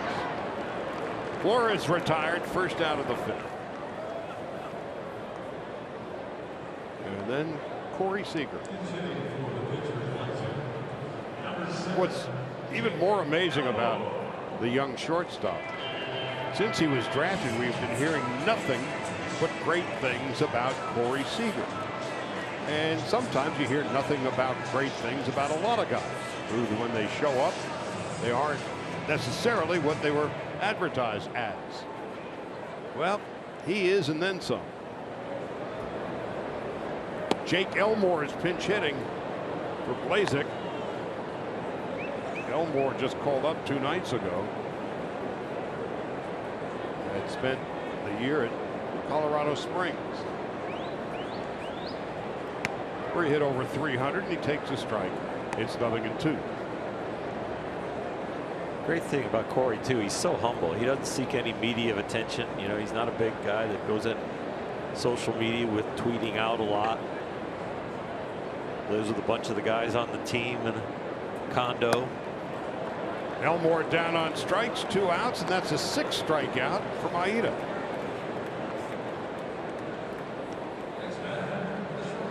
Well, Maeda is about to go through the 3rd time in the lineup. Over the course of the season, the first 2 times better than terrific. 3rd time, well, this is the neighborhood we're heading into.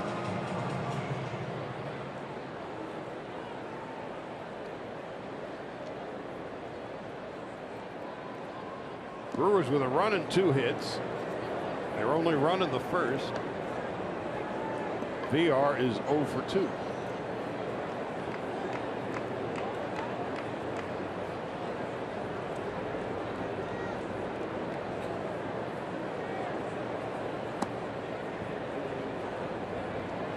Two balls and no strikes to Jonathan VR, switch hitter.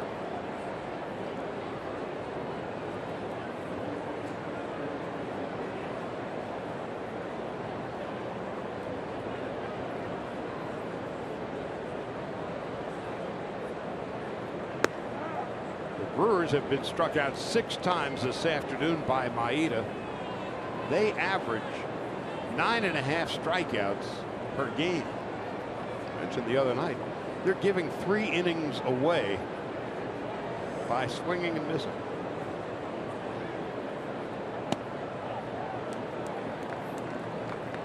Three and 1, and their leadoff hitter, VR, has been struck out 86 times.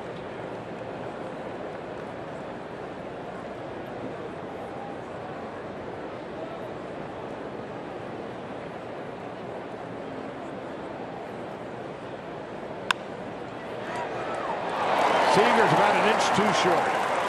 And VR is aboard with a 2-out single to center.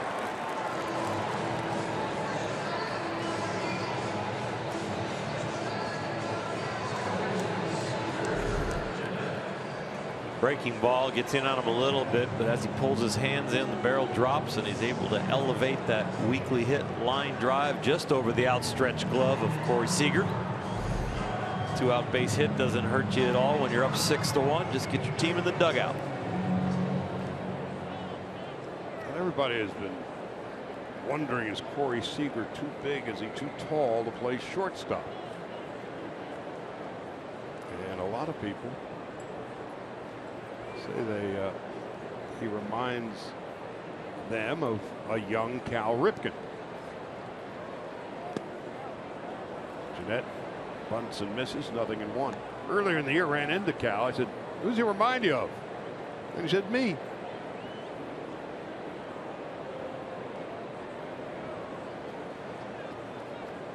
Cal made up for his lack of speed, especially that first step, with a lot of baseball savvy, and Corey is like that. He's very good as the ball enters the hitting area of getting a good jump. No balls and 2 strikes to Scooter Jeanette. The guys that aren't real flashy at shortstop, you never really think of them as defensive whizzes because there's never that acrobatic play. You're not going to make that at 6'3" and being a little bigger at shortstop, but makes all the plays. A Belanger type. Just get it. You just get the job done. You get less hype, but still, it's all getting done. Jeanette is 1 for 2, and he scored the Brewers' only run, and the Dodgers lead by 5. Meanwhile, Maeda, after a 27-pitch first inning, has really settled down. 53 in total since.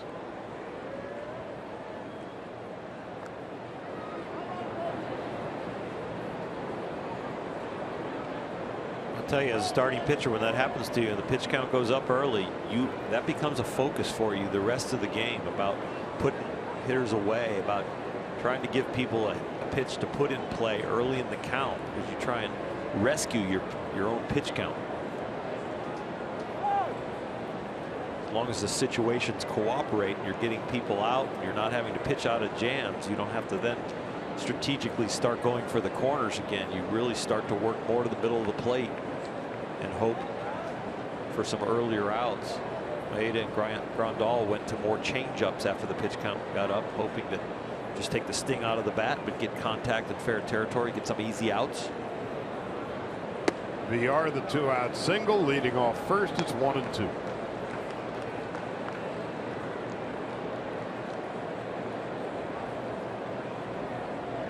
Maeda's last start on Saturday in Pittsburgh, not one of his better ones, 4 runs and 4 hits. But on the road this year, 4-1, a 279 earned run average, and opponents are hitting a minuscule 188 against him.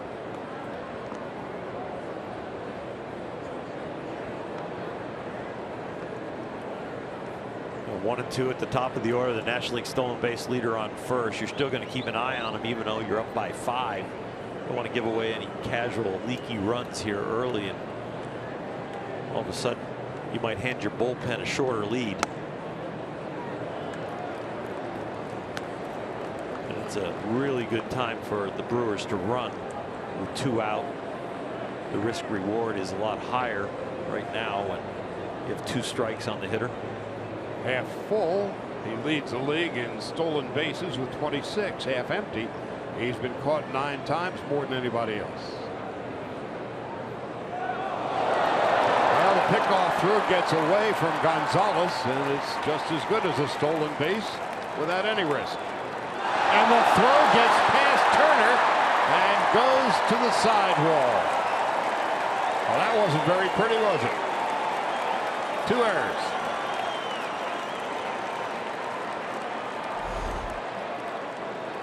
Snap throw over there, but he pulls it into the runner. Adrian not able to reach it. Chase Utley, great hustle getting over there. Just wants to get the ball back in the middle of the infield. Gets by the little cutoff right there, and Justin Turner just takes his eye off that ball, gets through the wickets, and you've got your second error.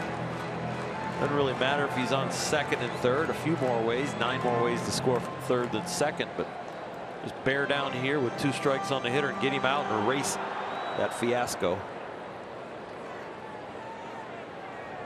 They get Jeanette, and all is forgotten. If they don't, Braun is on deck.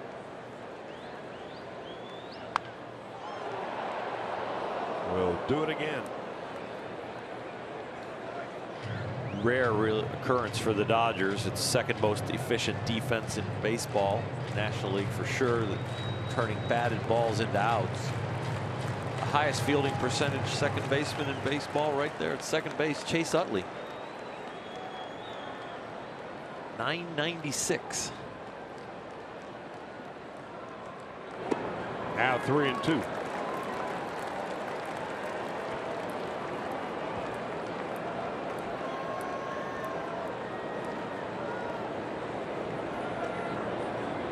Only the Nationals have made fewer errors than the Dodgers. The 2 errors there, the Dodgers now have 38 on the season. Jeanette asks for time and gets it from home plate umpire Tom Hellion.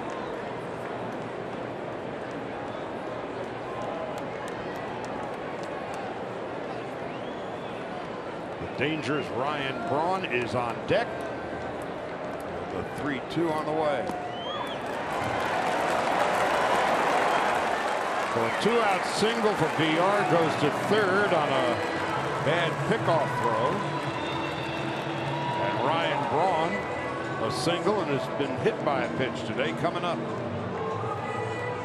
Real good visit here from Rick Honeycutt, just to give him a little breather, because the pitch count in this inning has gone up a little bit because of the extent. And then also with the big Ryan Braun coming up, going back over that, making sure he's well rested and ready to attack this hitter. No worries right here about the base runners. Don't worry about the running game. Concentrate on the hitter at the plate.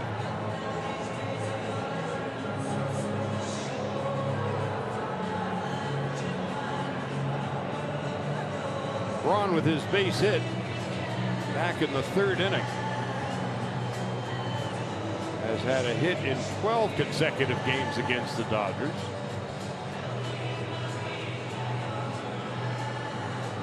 And now has an 11-game hitting streak against everybody else.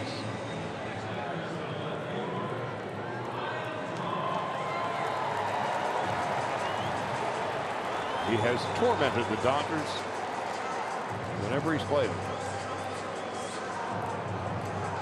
This is definitely a point in the game, and it could be a turning point for the Brewers, or it could be an exclamation point for the Dodgers to get him out and preserve this 5-run lead.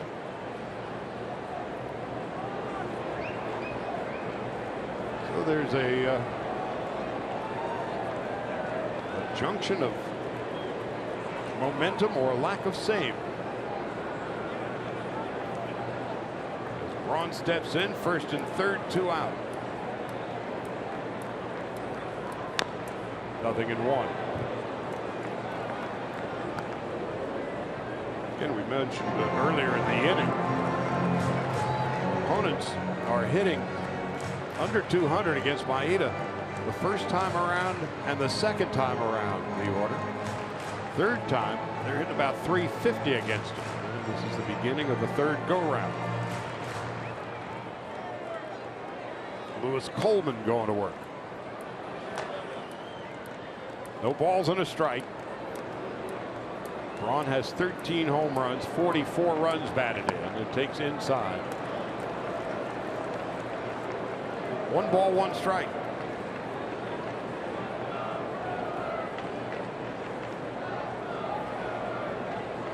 Chris Carter on deck.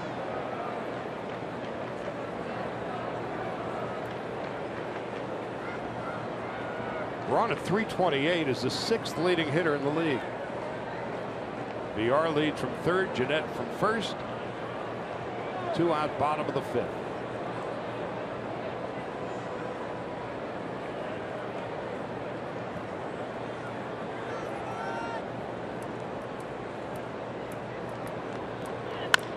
to short. This should do it. Seager to Utley, and Maeda clenches his fist, breathes a sigh of relief. The Brewers leave 2 and will go to the 6th.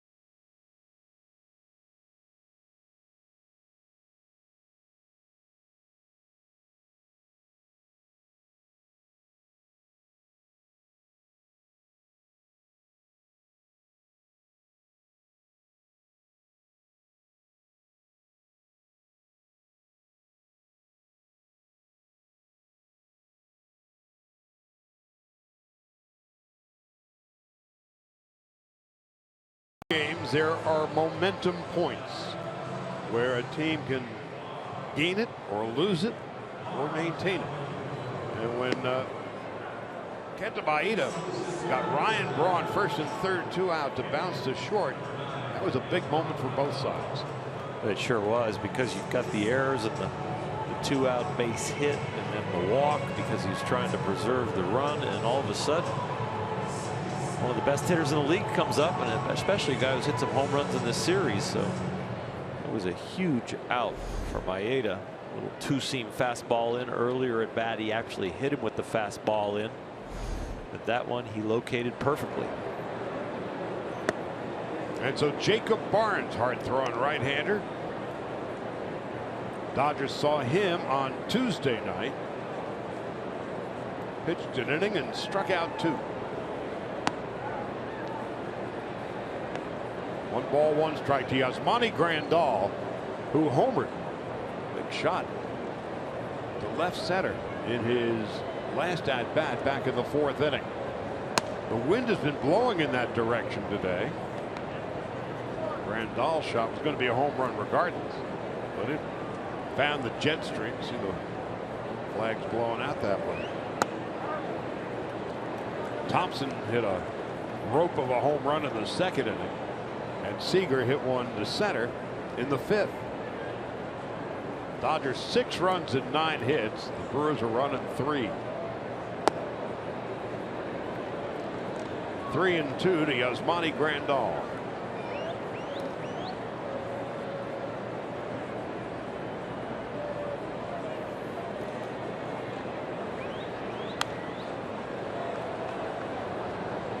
We'll do it again.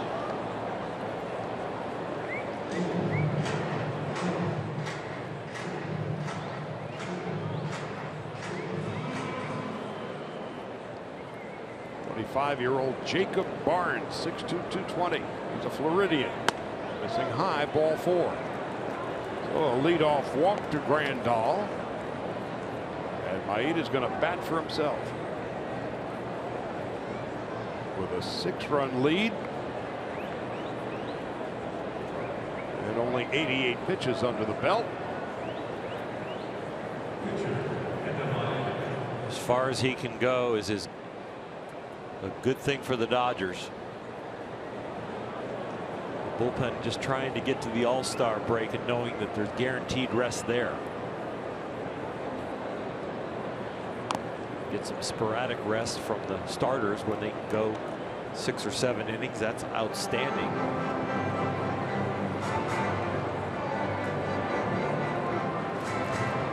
Since Bud Norris was restored to the Atlanta Brave rotation, he's averaging around 6 innings a start. In his last outing went 7 zeros.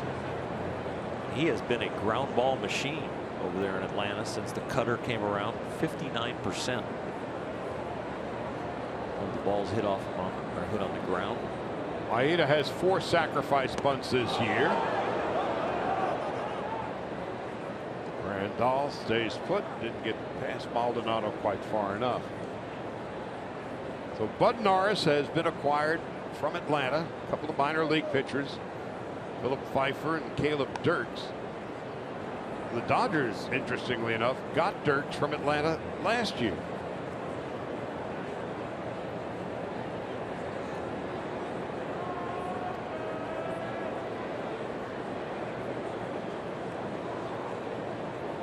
Dirks a right-hander and Pfeiffer left-handed reliever. Bunt up the first base line, and that's all Carter can do with it as Grandal goes to second on the 5th sacrifice bunt of the season by Kenta Maeda. He can handle the bat, he can swing it, and he can bunt it.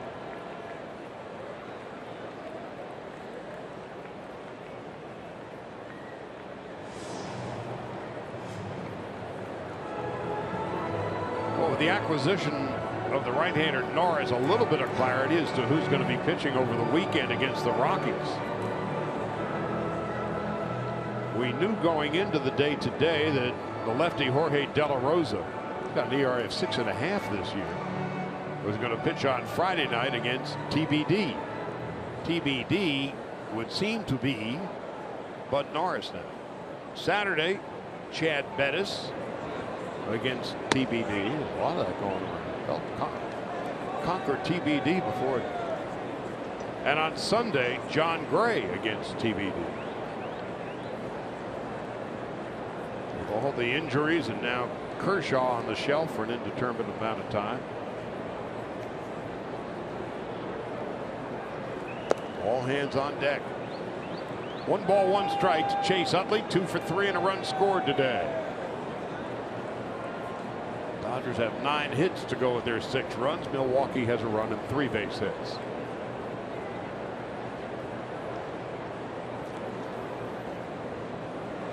The Brewers have lost 7 of their last 12. Utley swings and misses. 1 and 2.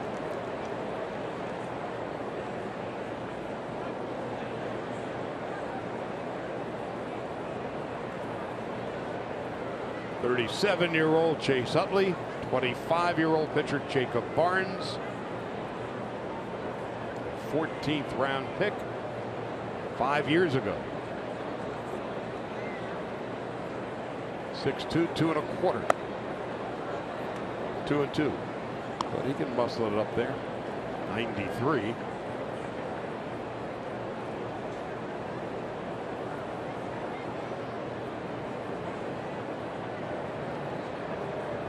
Grandal with the lead at second. 1 out in the 6th.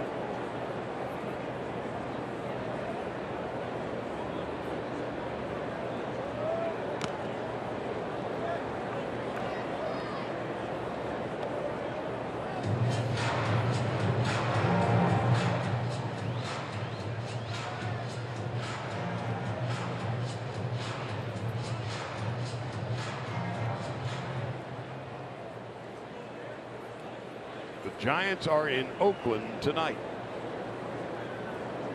The Dodgers trail San Francisco by 6. And the Giants have a bushel full of injuries too. 3 balls and 2 strikes. Maybe a battle of attrition before it's all over.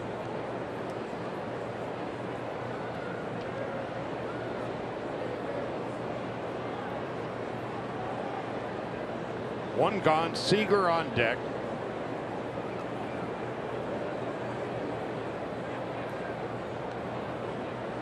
Grandal, the leadoff walk, was sacrificed to second, And Utley bangs one to the right side. Beautiful play by Jeanette, robbing Utley of a hit.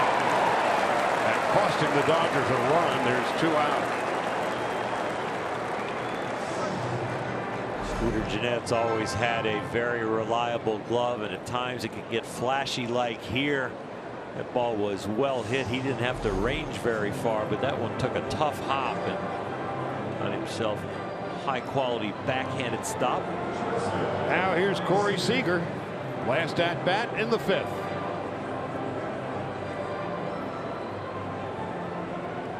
That would be his 17th home run of the year.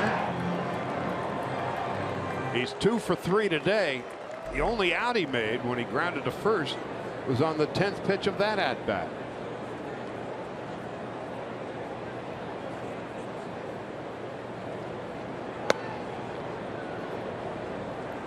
You mentioned where he is at the top of a lot of categories for just shortstops. Well, that home run put him in the top 10 in the league in home runs. Tied for 10th now. He's already been in the top 10 in runs scored. He's 7th in the league in runs scored, 6th in the league in base hits.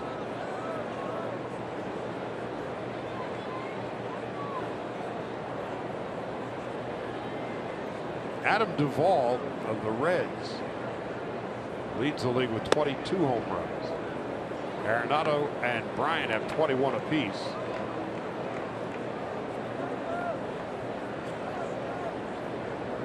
And now Seager with 17.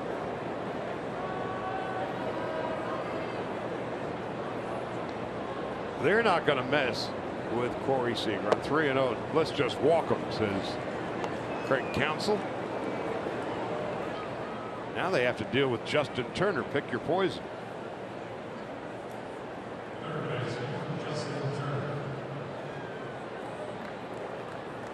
Turner today is 1 for 3. Steps in hitting .248.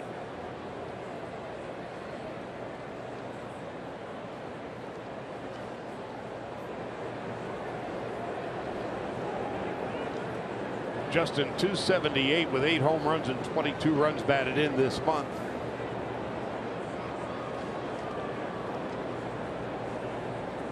First and third, 2 out. Turner tried to check his swing.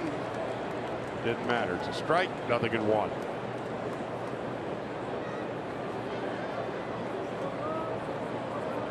So the Dodgers with runners at first and third without the benefit of a hit.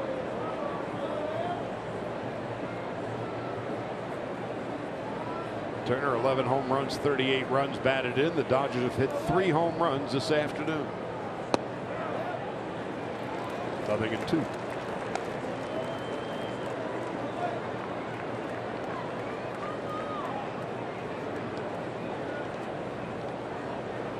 Adrian Gonzalez on deck.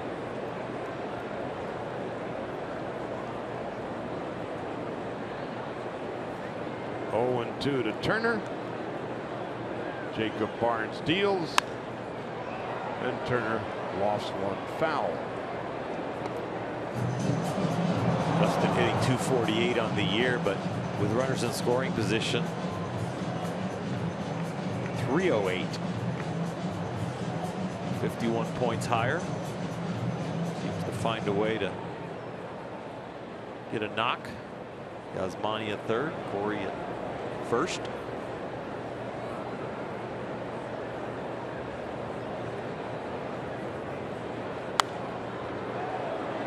We'll do it one more time. Turner in his early years with the Mets and when he first came to the Dodgers, in fact, was always a terrific pinch hitter.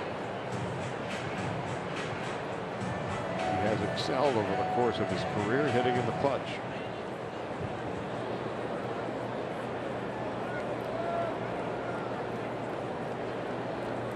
And when he came home to Los Angeles, his career spun on a dime. 0-2. One more time.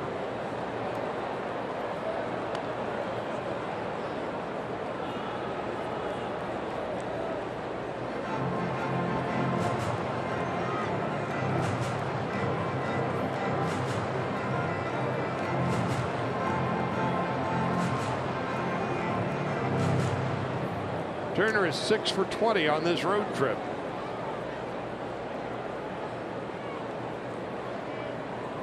Behind 0-2.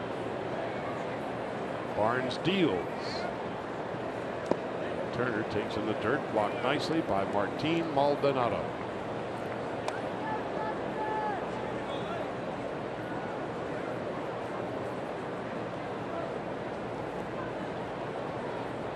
Jacob Barnes, his 11th appearance, and an ERA of just a shade over 2.5. 3 earned runs, 11 hits in 11 innings.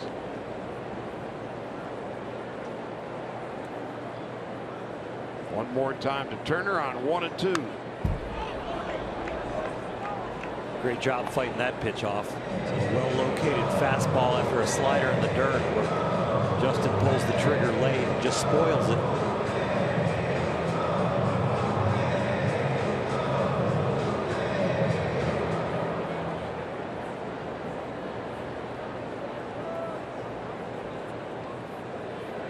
Gonzalez hoping to get a shot at it here in the 6th. He's on deck.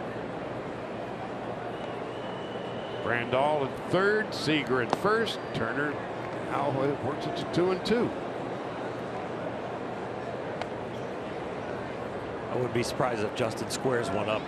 The rest of this at bat, hits one really hard. He's seen the slider, he's seen the fastball, he's spoiled off the pitcher's pitches. Gotten an awful lot of information.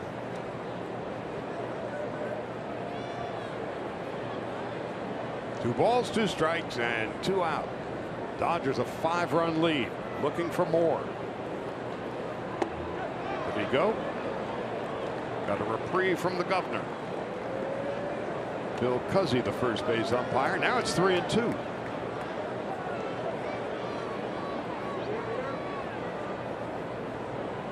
The next pitch in this at bat will match his jersey number, 10.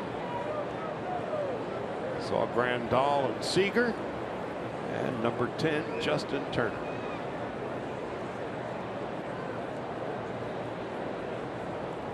There goes Seager. Here's the pitch, and that one's drilled into left field for a base hit.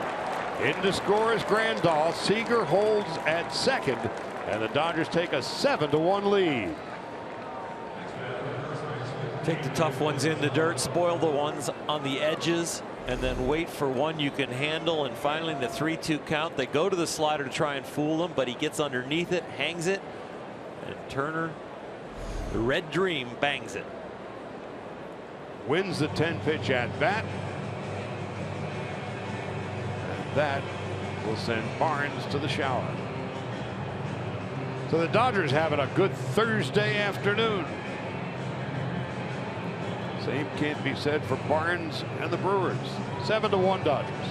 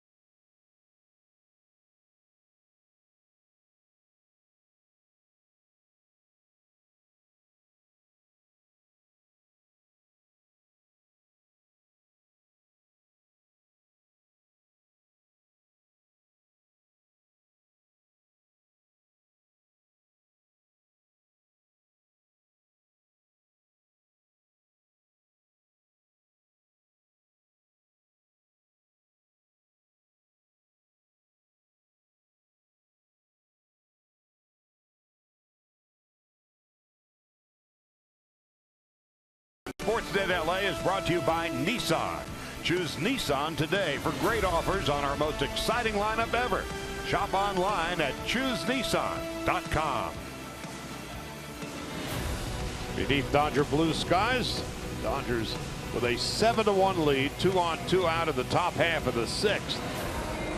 And Justin Turner, a 10-pitch at bat, wins with a line drive single to left. John Marinez making his 14th appearance. A 3.25 ERA, and opponents are hitting .276 against him. Dodgers saw him on Tuesday night. He walked 2, struck out 1, pitching the 8th inning. Didn't give up any runs. So here's Gonzalez, a career 400 hitter at Miller Park.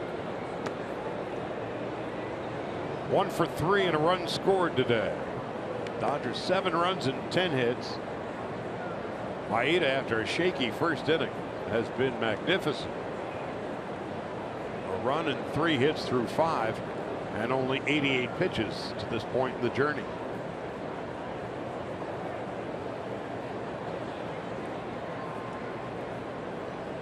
Gonzalez spanks one into left center field for a hit. That's going to roll to the wall. Seager will score.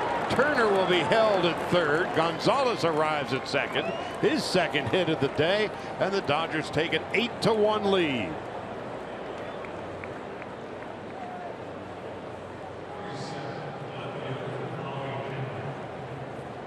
And he gets built by some walks, but then the guys in the middle of the lineup drive in those free passes. Justin Turner with 1, and now Adrian Gonzalez with another.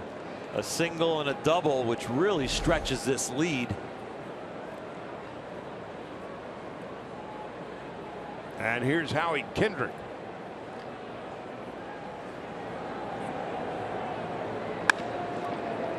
To short, and VR will end the inning. But the Dodgers get a couple of walks and cash him in. Gonzalez 2 for 4 today. He had an RBI, and so did Turner.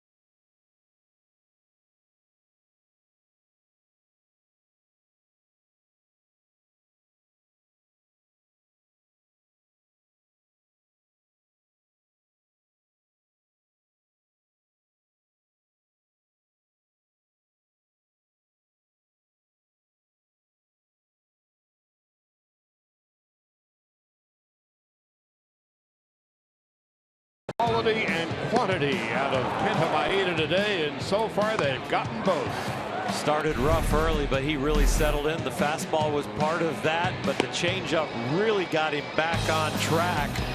Got some weak contact, got some swings and misses, and don't forget about old reliable, the slide piece that he has at any time that he needs that weapon. Get to Maeda, giving the Dodgers some very nice distance and going deeper into this game still. You know, we were talking earlier about momentum points in a given game. The Brewers in the bottom of the 5th with 2 out, nobody on, had runners at first and third. Ryan Braun up. Braun would bounce to short to end the inning. Then the Dodgers after that come back with 2 runs of their own in the 6th. And you have a little function at the junction, and the Dodgers now have a 7-run lead. Chris Carter has walked and struck out.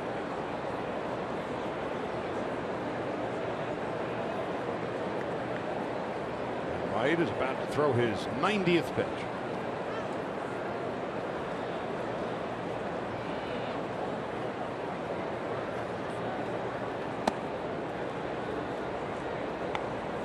The most pitches Maeda has thrown this season is 107. And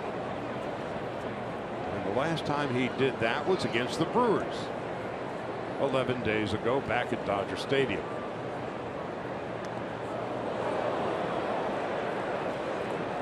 At 6'4" and 250 pounds, Chris Carter with the off-speed breaking ball was barely dented. These are never on purpose. That looks like it might have been either a fastball or a changeup.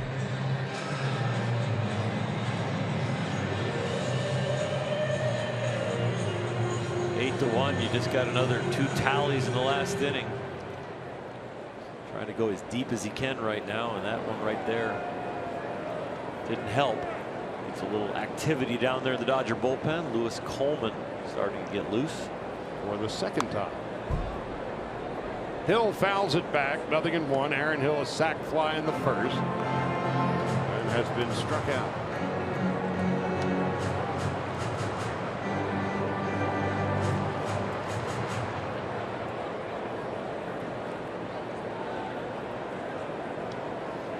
In his last 50 games, Aaron Hill is hitting 3 1/4. He's one of those solid, dependable players you almost never hear about.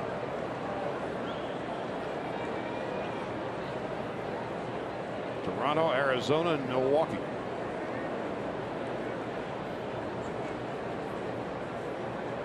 Got a hit in 10 of his last 11. Is riding a 7-game hitting streak at the moment.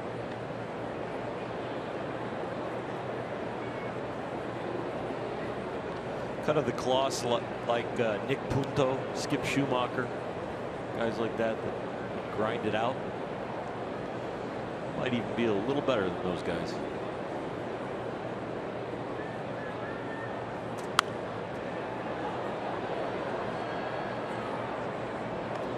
Got 158 or 68 career home runs.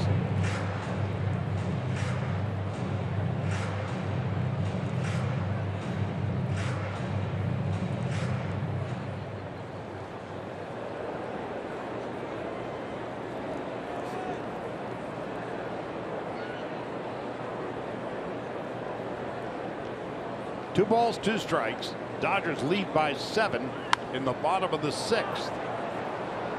Gonzalez.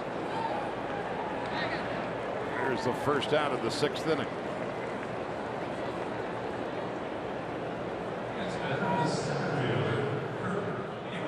Now here's Neuenhuis, who struck out twice today. Hit a 3-run home run last night. 7th and final game of this road trip. 4 in Pittsburgh, 3 here in Milwaukee. And then the Dodgers head home for their longest homestand of the season.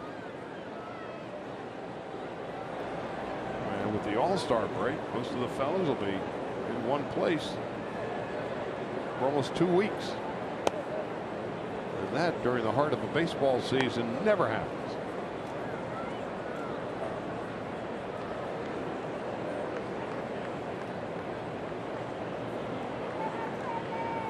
Neuenhuis 5 home runs and 22 runs batted in. 1 ball, 1 strike.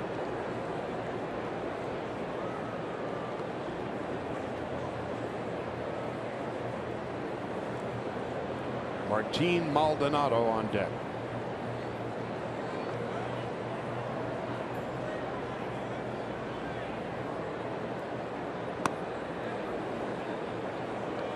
Pitch took forever to get up there.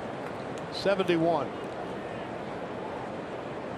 It's using what you have. You know, when you start to get a little fatigued, your off-speed stuff can get a lot better, and you can actually take a lot off without people recognizing the change in the arm speed, because it's really the fatigue that takes the velocity off. To the right side, Utley gets 1 at second. That's all they'll get. Carter, the early first baseman, Out by a lot. Celebrate the 1981 Dodger World Series tri-MVPs on Saturday, July the 2nd. This will be a couple of days from now. Dodgers and the Rockies, first 40,000 fans in attendance, receive a 1981 tri-MVP bobblehead presented by Security Benefit. For tickets, visit Dodgers.com/promotions.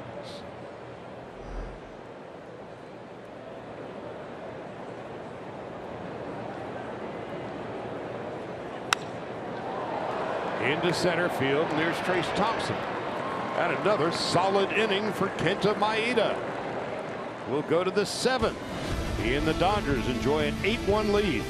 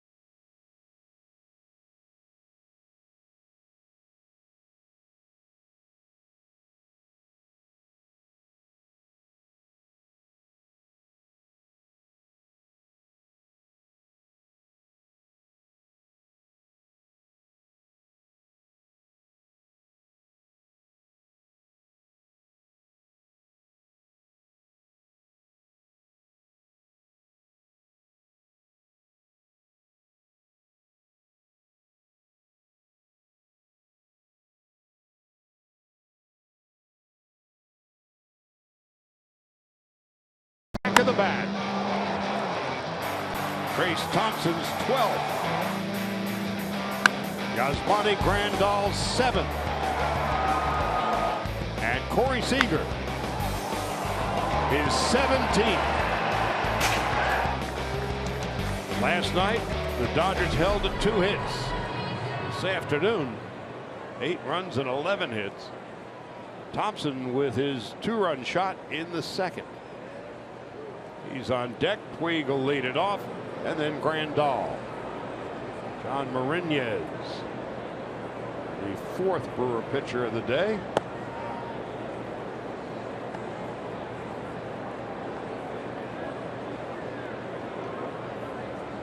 Puig has walked, scored a run, single to center, and bounced to 3rd.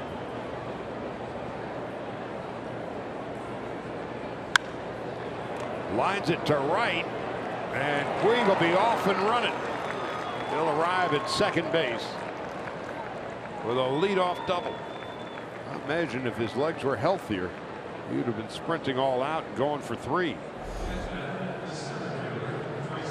A nice job going with the pitch right there. Yasiel, when he went into his slump and then had to go on the DL, rolling over a lot of those pitches like that, but staying back and driving that ball the opposite way.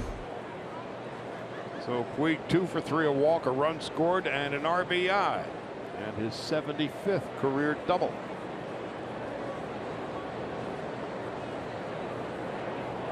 Junior Guerra held the Dodgers to 2 hits last night. And this afternoon, Dodgers gaining a measure of retribution. Just win the series. It's the rubber game of the match. They're going to probably win this series. They did last year, 4 games to 3. The Dodgers have won the season series already. Now to close the door on the Brewers and wait till next year. Dodgers a 6-5 winner on Tuesday night. Shut out 7-0 last night. Beating up on the Brewers 8-1 in this matinee.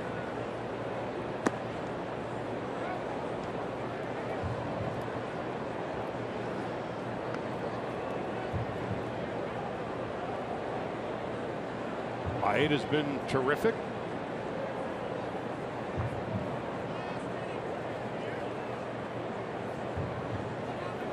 Casey Fiend is warming up in the Dodger bullpen now.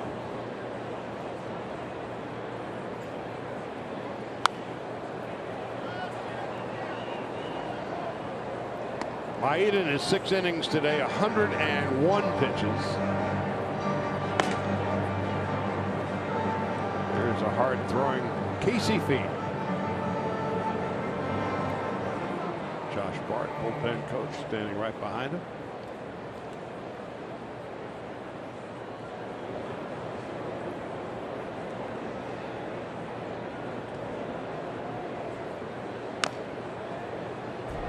Two and two to Trace Thompson.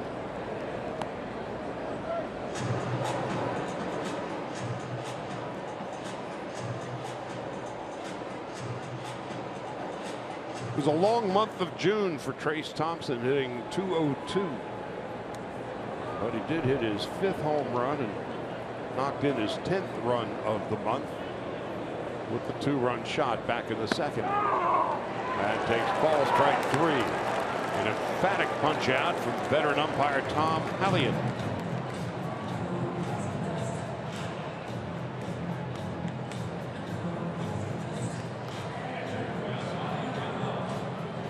Hallion on that strikeout call, he like went to his inner Dutch Rennert. Used to hear Dutch on just a basic strike call all the way up here. Yeah, you could hear him all over the ballpark. Yeah. Jim Joyce is quite a bit like that.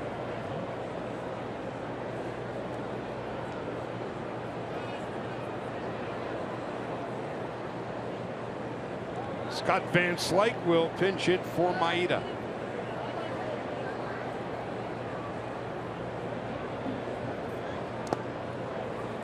Grandal today struck out.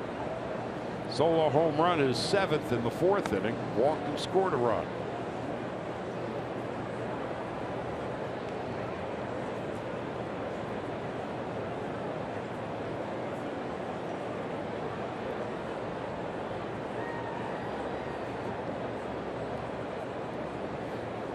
One ball, 1 strike, 1 out. Dodgers looking to put some gravy on this game. Grandal swings and misses. 1-2.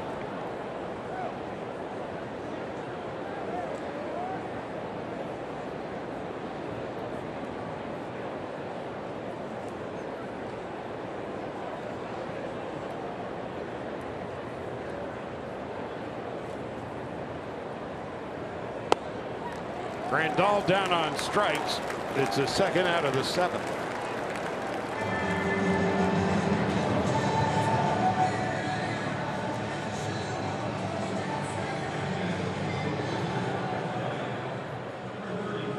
And here's Van Slyke. It's been a great offensive day for the Dodgers. Scott getting an opportunity right here, hitting for Kenta. Everybody in the Dodger lineup other than Kenta had reached base safely. Only one without a hit, and that's Howie Kendrick. So people are all feeling good about themselves. 8 runs, 12 hits. Van Slyke 190. 8 for 45. Utley on deck. Utley, Seager, Turner, Gonzalez, and Puig all have 2 hits apiece.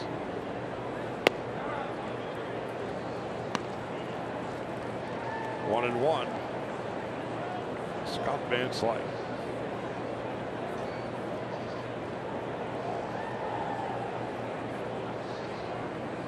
Two gone in the 7th as Puig leads from 2nd.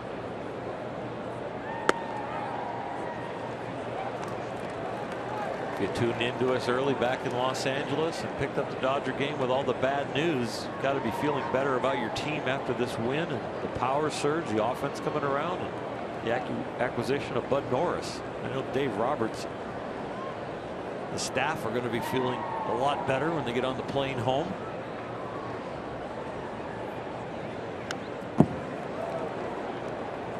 Well, of course, Kershaw is out for the foreseeable future. How long, we don't know. Epidural, lower back. Second time in his career he will have gone on the disabled list. That obviously is just a crushing blow.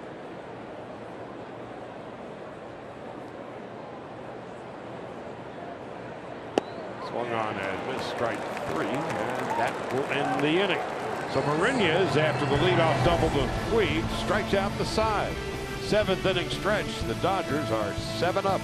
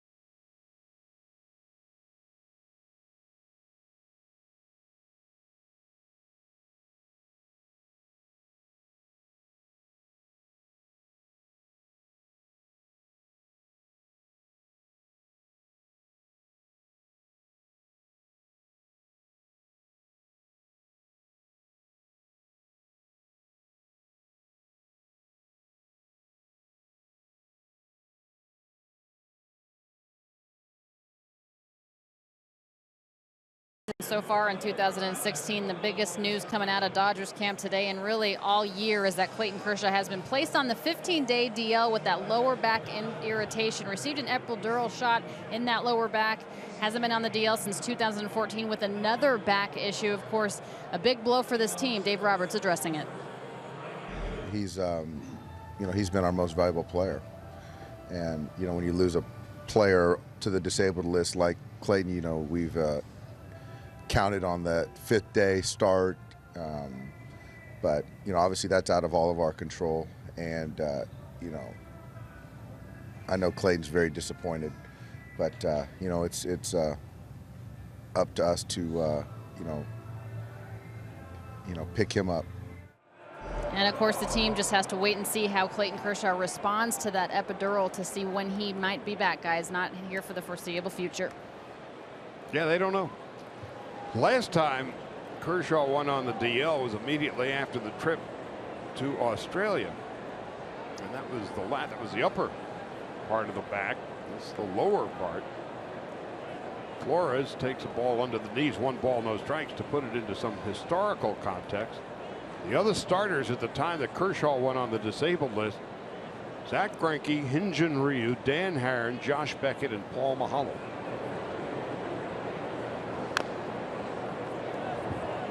So to try to fill in the blank, the Dodgers made a trade today with Atlanta to get the veteran Bud Norris.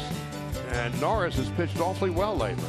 He sure has. He was removed from the Atlanta rotation for a while, but since getting back into the rotation, 29 1/3 innings, an ERA of 2.15. And his ground ball ratio is absolutely amazing as you watch that blue double. But Bud Norris since coming back into the rotation for the Braves. 59% of the balls that are hit off him are on the ground. He has really turned himself around by adding a cutter and scrapping his changeup. In 6 games and 5 starts in June, Bud Norris had a 2.08 ERA and held opponents to a 194 average. And since joining the rotation again, also the strikeout to walk ratio has gone through the roof. It's 29 strikeouts, only 8 walks, and that's also been an Achilles heel for him. So he has found a new weapon and a new tool, and the toy is working awfully well. Hernan Perez is pinch hitting. John Marinez. So the leadoff double for Flores into right, and there is Puig. First out of the 7th inning. Casey Fiend. This is his 14th appearance with the Dodgers, a 235 earned run average. And he has a remarkable 14 strikeouts to 2 walk ratio. Great makeup guy, a lot of poise. He's a gamer, he's a fighter. He doesn't really take a bad outing back out with him. Doesn't let things spiral out of control when it comes to one outing to the next. Really like him on the club. Jonathan VR is 1 for 3.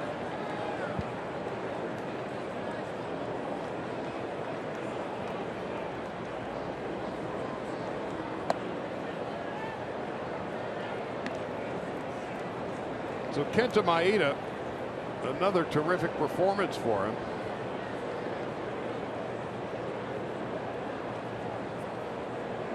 He went 6 innings today, 1 run and 3 hits.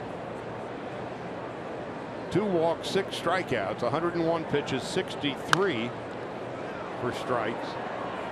There's Gonzalez throwing to Fiend. VR is retired. There's 2 out. So between this start and the one he made about 10 days ago back at Dodger Stadium, Maeda against Milwaukee. 2 runs, 9 hits, 14 strikeouts, and a 149 earned run average in 12 1/3 against the Brewers. So Dave Roberts has to be thrilled with that.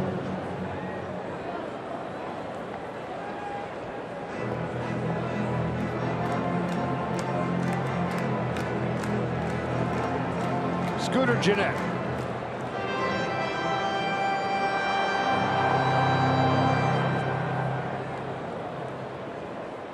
Has single, walked, and scored a run today. Brewers scored a run in the first, the Dodgers 2 in the second, and have led from that point on. It's 8-1. They've out-hit the Brewers 12-4. And Fiend delivers a strike. It's 0-1.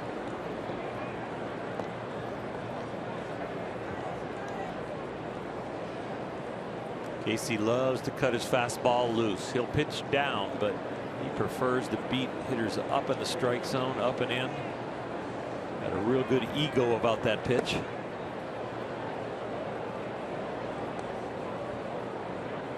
So much of pitching is believing that that's the right pitch and committing right at foot strike and accelerating through your pitch. And Casey's got that mentality.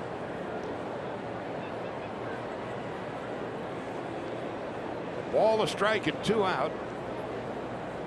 And Fiend's 9th pitch of the inning.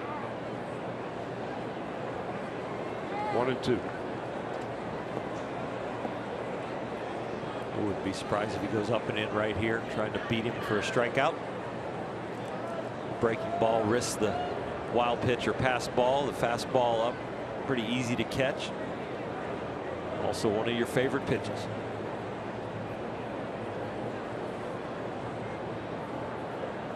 1-2 to Gennett. He got me out. I wouldn't have fouled off the slider. I've been looking for the heater.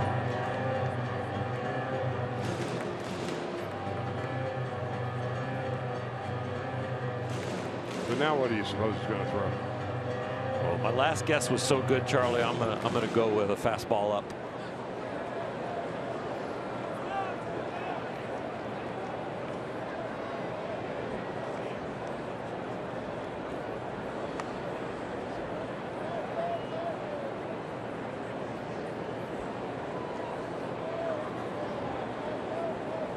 can tell you what he had for breakfast, though. I was in there having a cup of coffee with him. He had 2 eggs over medium, a slice of bacon, and some hash browns. I know I got that one right. Bon appetit. Well, fastball up. A couple of eggs over easy, a little bacon. We'll go to the 8th. Dodgers 8-1.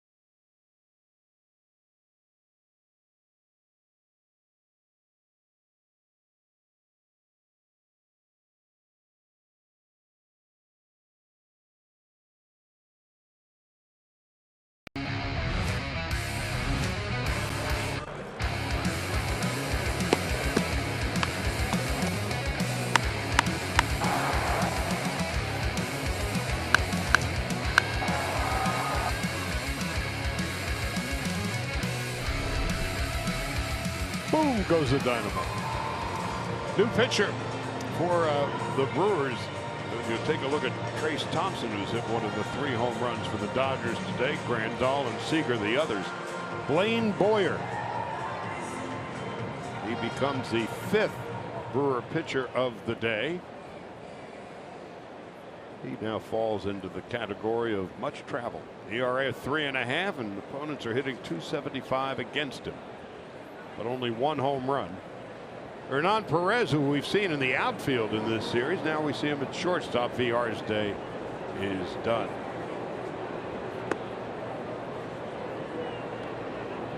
So it'll be Utley and Seager and Turner. Seager has extended his hitting streak to 13 games. 7 straight with an extra base hit. Utley 2 for 4. Lifting his average back to 260. All in all, he's happy that June is out of the way. Utley hit just 208 this past month.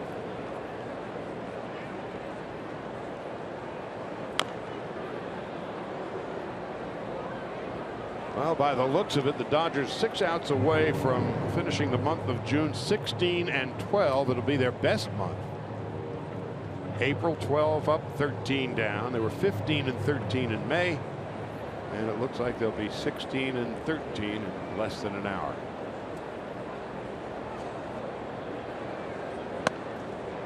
But Utley is down on strikes, and that is the first out of the 8th. Follow Dodger Baseball live with the MLB.com at-bat app. Stay up to the minute at any moment with Game Day. Live game video highlights, StatCast, news, and more.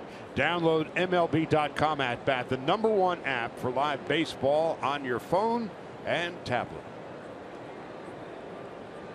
Another big day for Corey Seager, who cracked his 17th home run of the year. You don't have to be a mathematician when you talk about he's on a pace of so and so and so and so. We're at the halfway point of the season. So if he does in the second half what he did in the first half, you're looking at 34 home runs and 80 RBIs and a 300 batting average. I think that spells Rookie of the Year. I hope so, and I hope it also spells All-Star. You got till midnight tonight to vote for him. You got to overlap 2 other guys.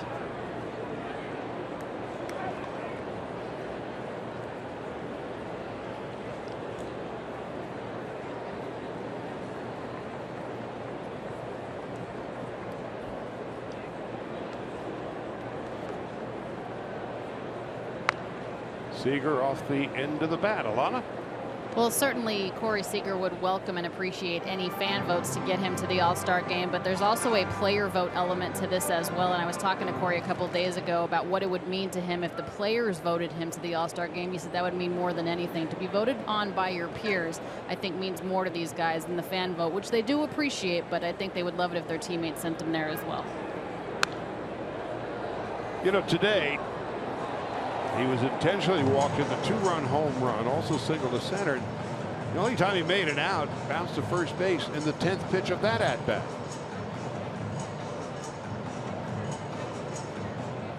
So yeah, if the guys that he plays with and works against send him in, that's saying something. Here's the 1-2, high and away, 2 balls, 2 strikes. When you start getting intentional walks, you're going to get a lot of pitchers' votes. Their respect. So Seager at 317 home runs, 40 runs batted in, 93 hits. And again, you prorate it, you double it, you're looking at 186 hits.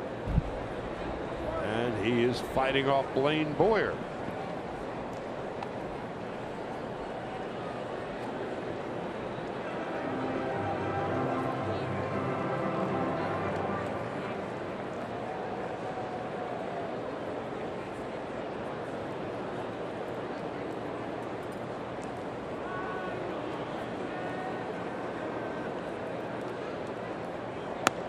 Call strike 3. Well, he's human after all. That's the second strikeout for Boyer here in the 8th.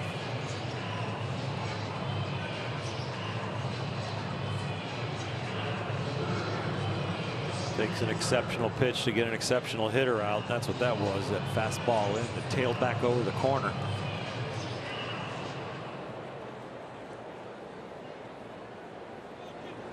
Now Justin Turner's got 2 hits. 5 Dodgers with 2 hits today. Utley, Seager, Turner, Gonzalez, and Puig.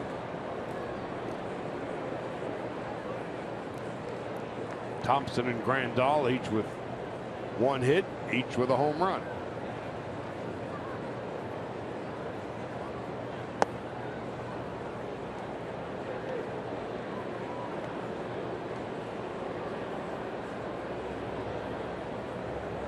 So altogether, the Dodgers have 88 home runs in the first half of the season.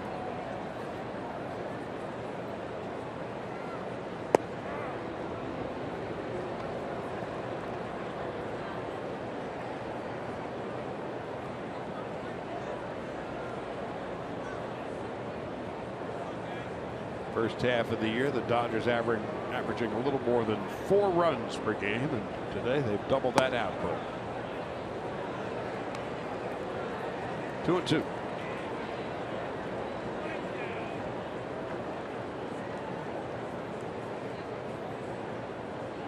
The Giants, who are battling injuries the way the Dodgers are, play the A's again tonight. To the right side, Jeanette can't handle it. That'll go as a hit. And for Justin Turner, his 3rd. That did a terrific job just to get that close to it. Justin, fortunate this is away from him, and he had to give ground to actually catch up to it. And I'm not sure even if he gets it in the glove, he's going to throw Justin out. It's going to take a while to stand up, and then Justin was busting it out of the box. 13th hit for the Dodgers and the 3rd for Turner. And that allows Gonzalez to hit here in the 8th. Adrian 2 for 4, a single, a double, and an RBI.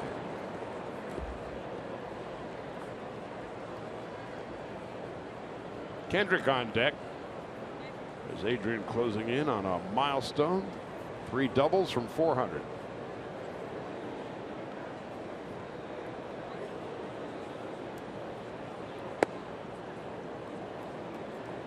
One ball, one strike. Gonzalez, another one. Happy to see June come and go. A career .290 hitter. Was hitting just .216 this June. And for a time, he was in the upper 100s. And that would have marked his worst single month of his career.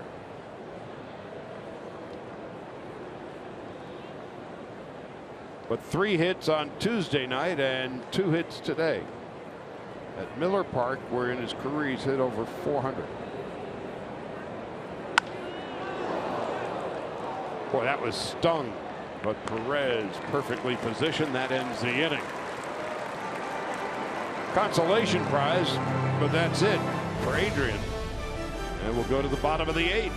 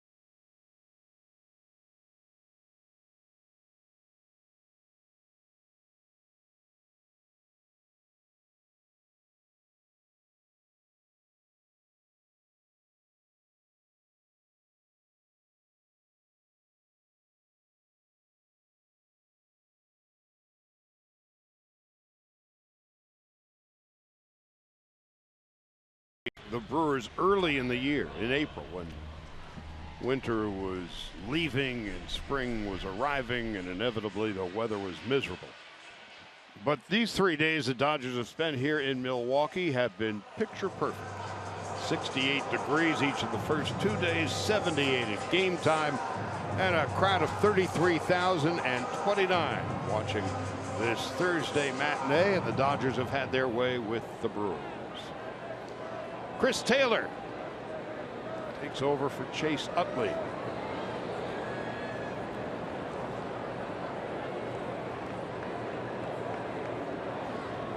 Taylor wears the stirrups and the sanitary socks and has the look of an old timer.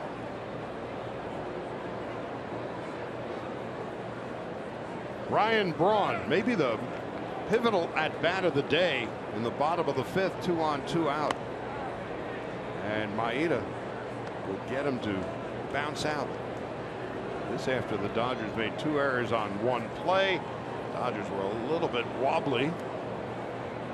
They had a 6-1 lead. Milwaukee trying to creep back into the game.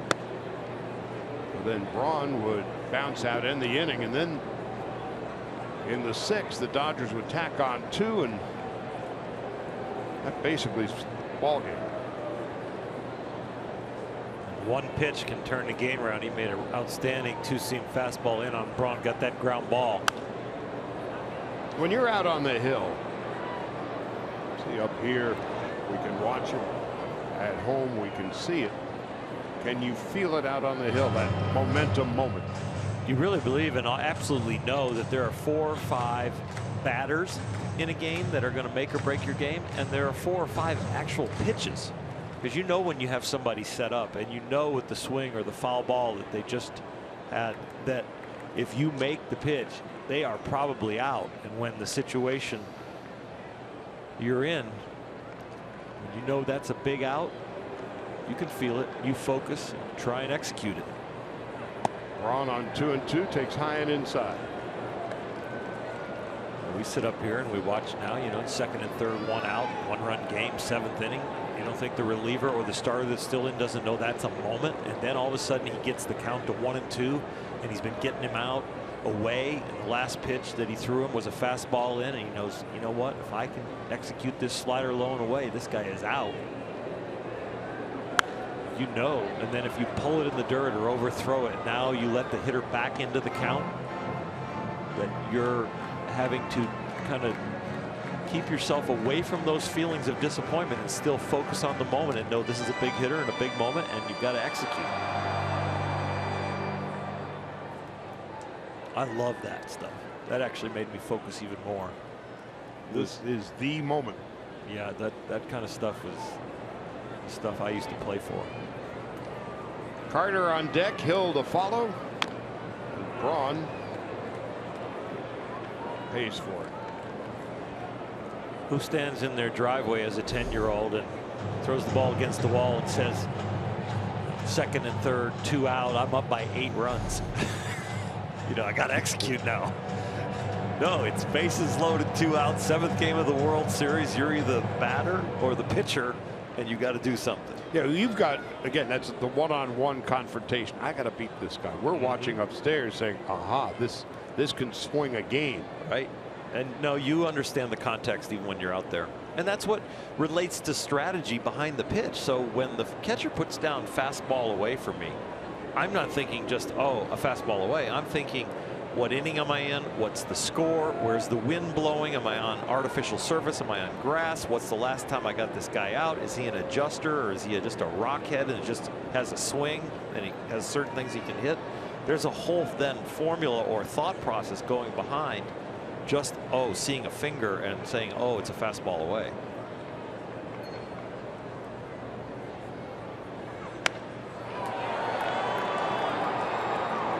Kendrick coming on and makes the catch. He thought it was hit a lot harder than it was. His first inclination was take a step or 2 back, and then he just sprint in and make the play. That's the first out of the 8th. Thrust into utility duty is Howie Kendrick after Chase Utley gets off to such a hot start, and one of the hardest plays for any outfielder, not somebody who has less reps like Howie Kendrick, but the full swing jam shot is one of the toughest reads, and he figured it out.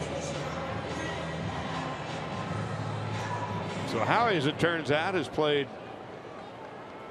more games in left field than any position.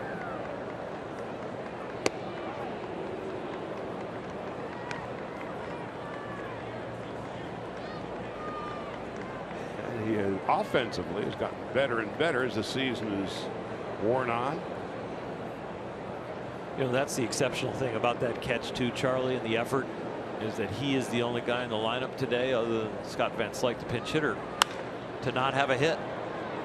This is Chris Taylor, the newest Dodger.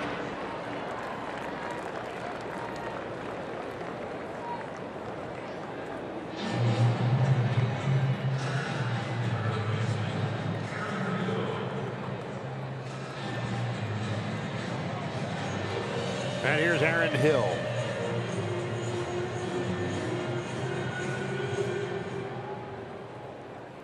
Aaron Hill's walk-up music, Jimi Hendrix, very impressive.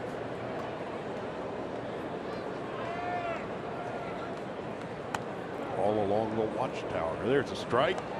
Nothing in 1. Did you spin records in your day? Absolutely. That's where you started.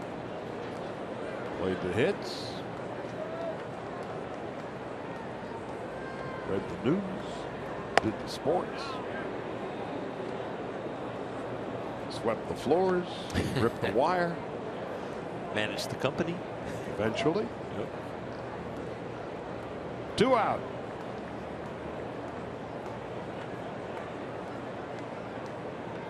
Hill 0 for 2. Sacrifice fly. Knocked in his 25th run of the season.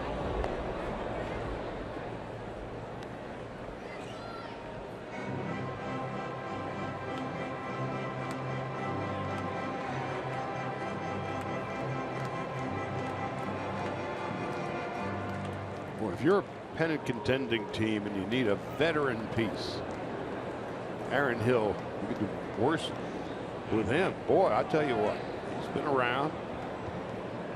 Can play second, can play third, can hit, got some power.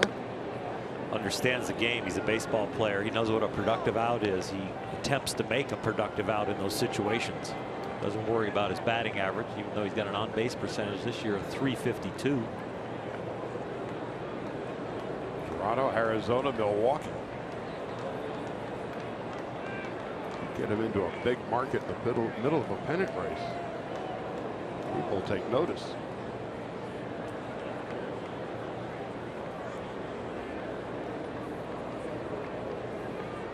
Two and 2 with 2 out.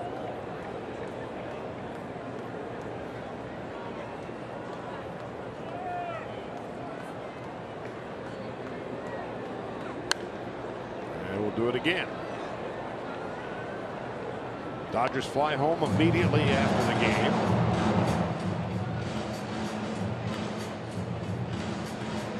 Get in time for a late dinner. And tomorrow night right back at work at Dodger Stadium, beginning the longest homestand of the season. 10 games. 3 with the Rockies. The Orioles, the Fighting Showalters, come in July 4th, 5th, and 6th.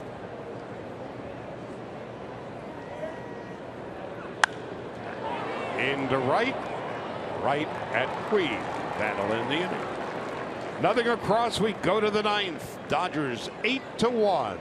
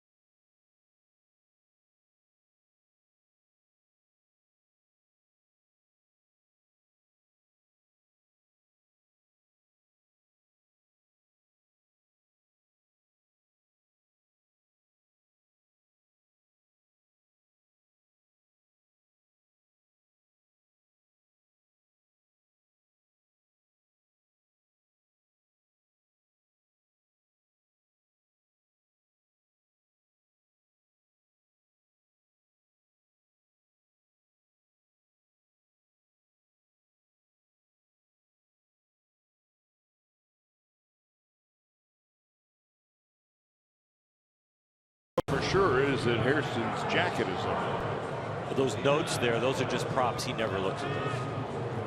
Occasionally wears the jacket. Yeah, he does wear the jacket. They force him to. And he looks marvelous. Carlos Torres is to pitch the 9th for the Brewers. And he becomes their 6th pitcher of the day. Zach Davies, who started the day unbeaten in his last 10 decisions. got cuffed around by the Dodgers today. 5 runs and 8 hits in 4 1/3. Lone Flores is now in left field. Bronze Day is done, and that's Keon Broxton in center. And Kirk Neuenhuis moves from center to right. So some defensive alterations with Torres in the 9th inning. Presumably window dressing with this Dodgers 7-run lead. If not, you got a scoop. 1 ball, 2 strikes to Howie Kendrick, who has walked, grounded out twice, and has been struck out. And J.P. Howell will be the finishing act today. Kendrick is finished. That's the first out of the 9th inning. You know, Charlie, with the Giants playing tonight and the Dodger win right now, they pull within 5.5, and that would take us back to when the Dodgers beat Washington. They were within 5.5 on the 22nd of June. The Giants lose, pull within 5. And the Giants, of course, are dealing with arrow injuries.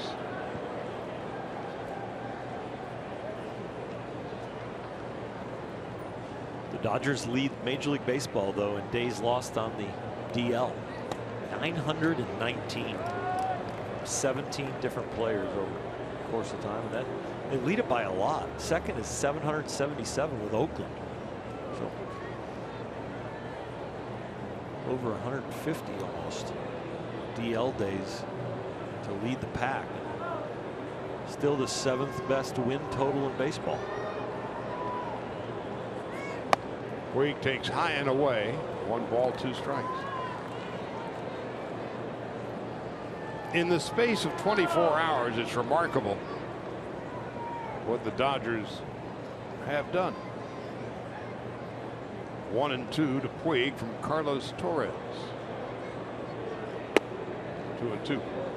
Last night, Utley, Seager, and Turner, the 1-2-3 hitters, combined to go 1 for 11 and scored no runs. This afternoon, Utley, Seager, and Turner have combined to go 7 for 14, 3 runs and 3 RBIs. 3-2 to Puig with 1 out in the 9th. And Corey Seager. Just another great day.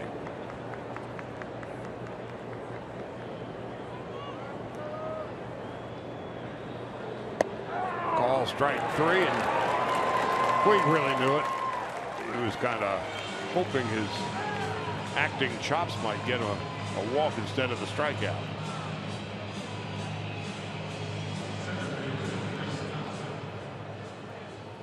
Two out in the 9th.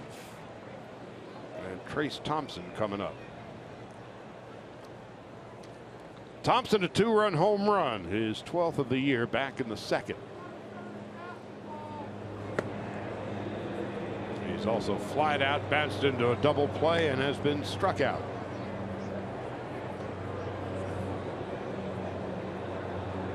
A lot of guys feeling better about their swings. Got a shot in the arm today offensively. Some positive results. Well, they love to hit here.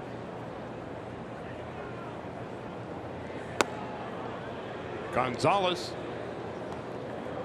with 2 hits. And his last at bat, a scorching ground ball to short. He's a lifetime 400 hitter here, and Utley pretty near that. And Thompson with a base hit. A 2-out single for Thompson, his 2nd hit of the day.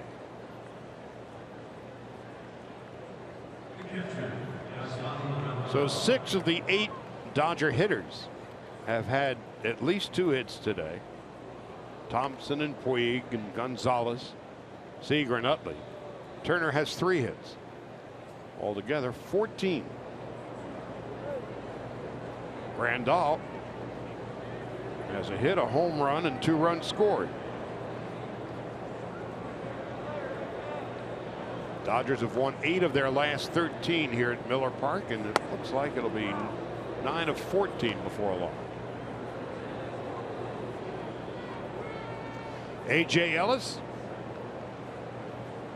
who came home for this 3-game series, hoping to get a shot at it. Here in the 9th, he'll pinch hit for Casey Fiend, who went 2 solid innings. 1 hit, 1 strikeout.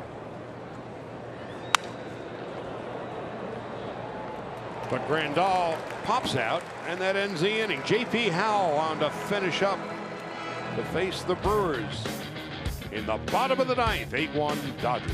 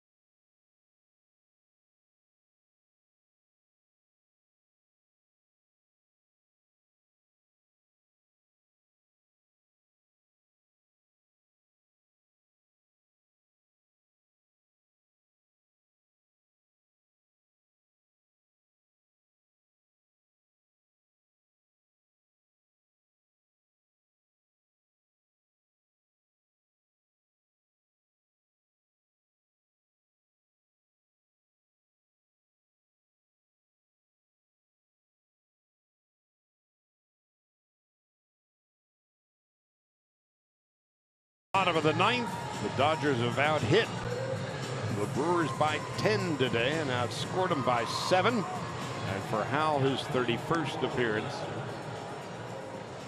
the veteran lefty will be facing Kirk Neuenhuis. This Dodger bullpen, #1 in the National League with a 3.10 ERA coming into this game here today, ahead of Washington at 3.18. And they're right there at the top also in opponent's batting average against, only 200. And whip, walks and hits to innings pitched, 1.06, #1 also.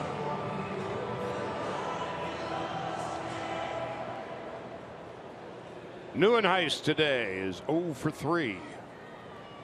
Brewers scored 1 in the first, their only run of the day. Dodgers scored 2 in the second, and it's been their way ever since. Additional run in the 4th, 3 in the 5th, 2 in the 6th.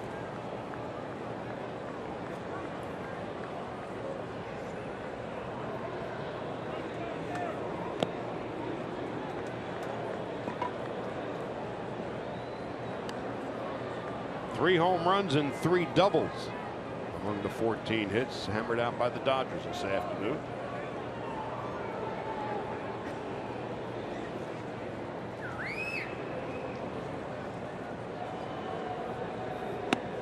This being the rubber game of the 3-game series.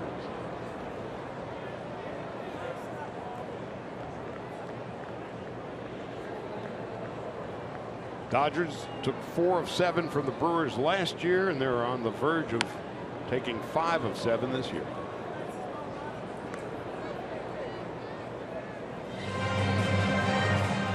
And since they built Miller Park back in 2001, and really is a wonderful stadium. You can play every day here with the retractable roof.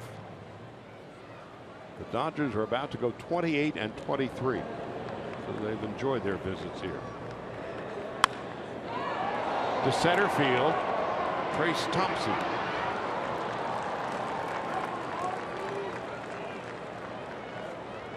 First out of the 9th.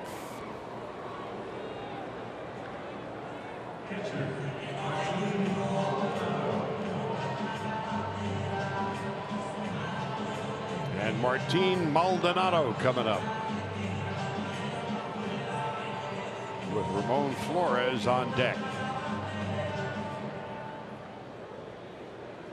Day began with the worst news possible for the Dodgers. Clayton Kershaw on the DL, and they don't know when he's coming back.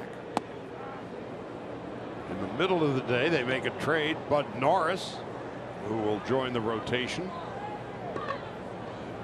upon his arrival. And then the Dodger team goes out and takes care of business its own self. 8 runs and 14 hits today. We certainly didn't lack any news. We had plenty of news, and not much of it was good. Clayton sitting at home, probably resting and trying to heal up as quick as possible. This win here is at least one thing he can feel good about. A ball and 2 strikes to Maldonado. He's flied to left, popped to second, and flied to center. Look what I got. His glove is bigger than he is.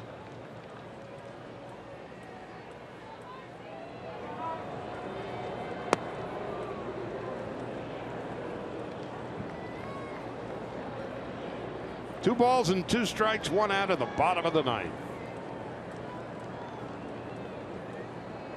Back home tomorrow night. And Ben will join you. And a fly ball to right. There's 2 out.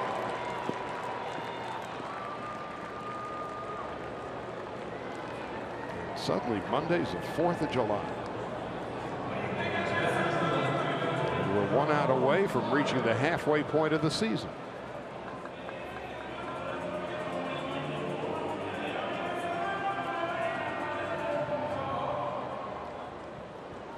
So here's Flores, who has doubled in 3 at-bats.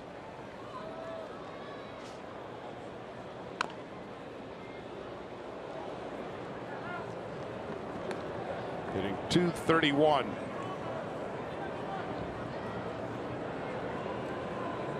When we get home, we'll find out about the health of Jock Peterson. Exactly. To third base. The Dodgers have completed half their season. Finishing big the first half with an 8-1 win. 8 runs, 14 hits, 2 errors. They left 9. The Brewers a run, 4 hits, no errors, and left 7. And at the halfway mark, the Dodgers are 44 and 37. And what a first half of his first season for Corey Seager. And what an afternoon he had. The Lexus play and player of the game. For Seager, 17 home runs and 40 runs batted in the first half of his first full season. So the Dodgers can start the plane. They're getting on it real soon. That's a wrap for us from Milwaukee. For Oral Hershiser, Alana Rizzo, I'm Charlie Steiner saying good night and goodbye from Milwaukee. Now it's time to send it back to Access Sportsnet Dodgers, brought to you by your Southern California Nissan dealers.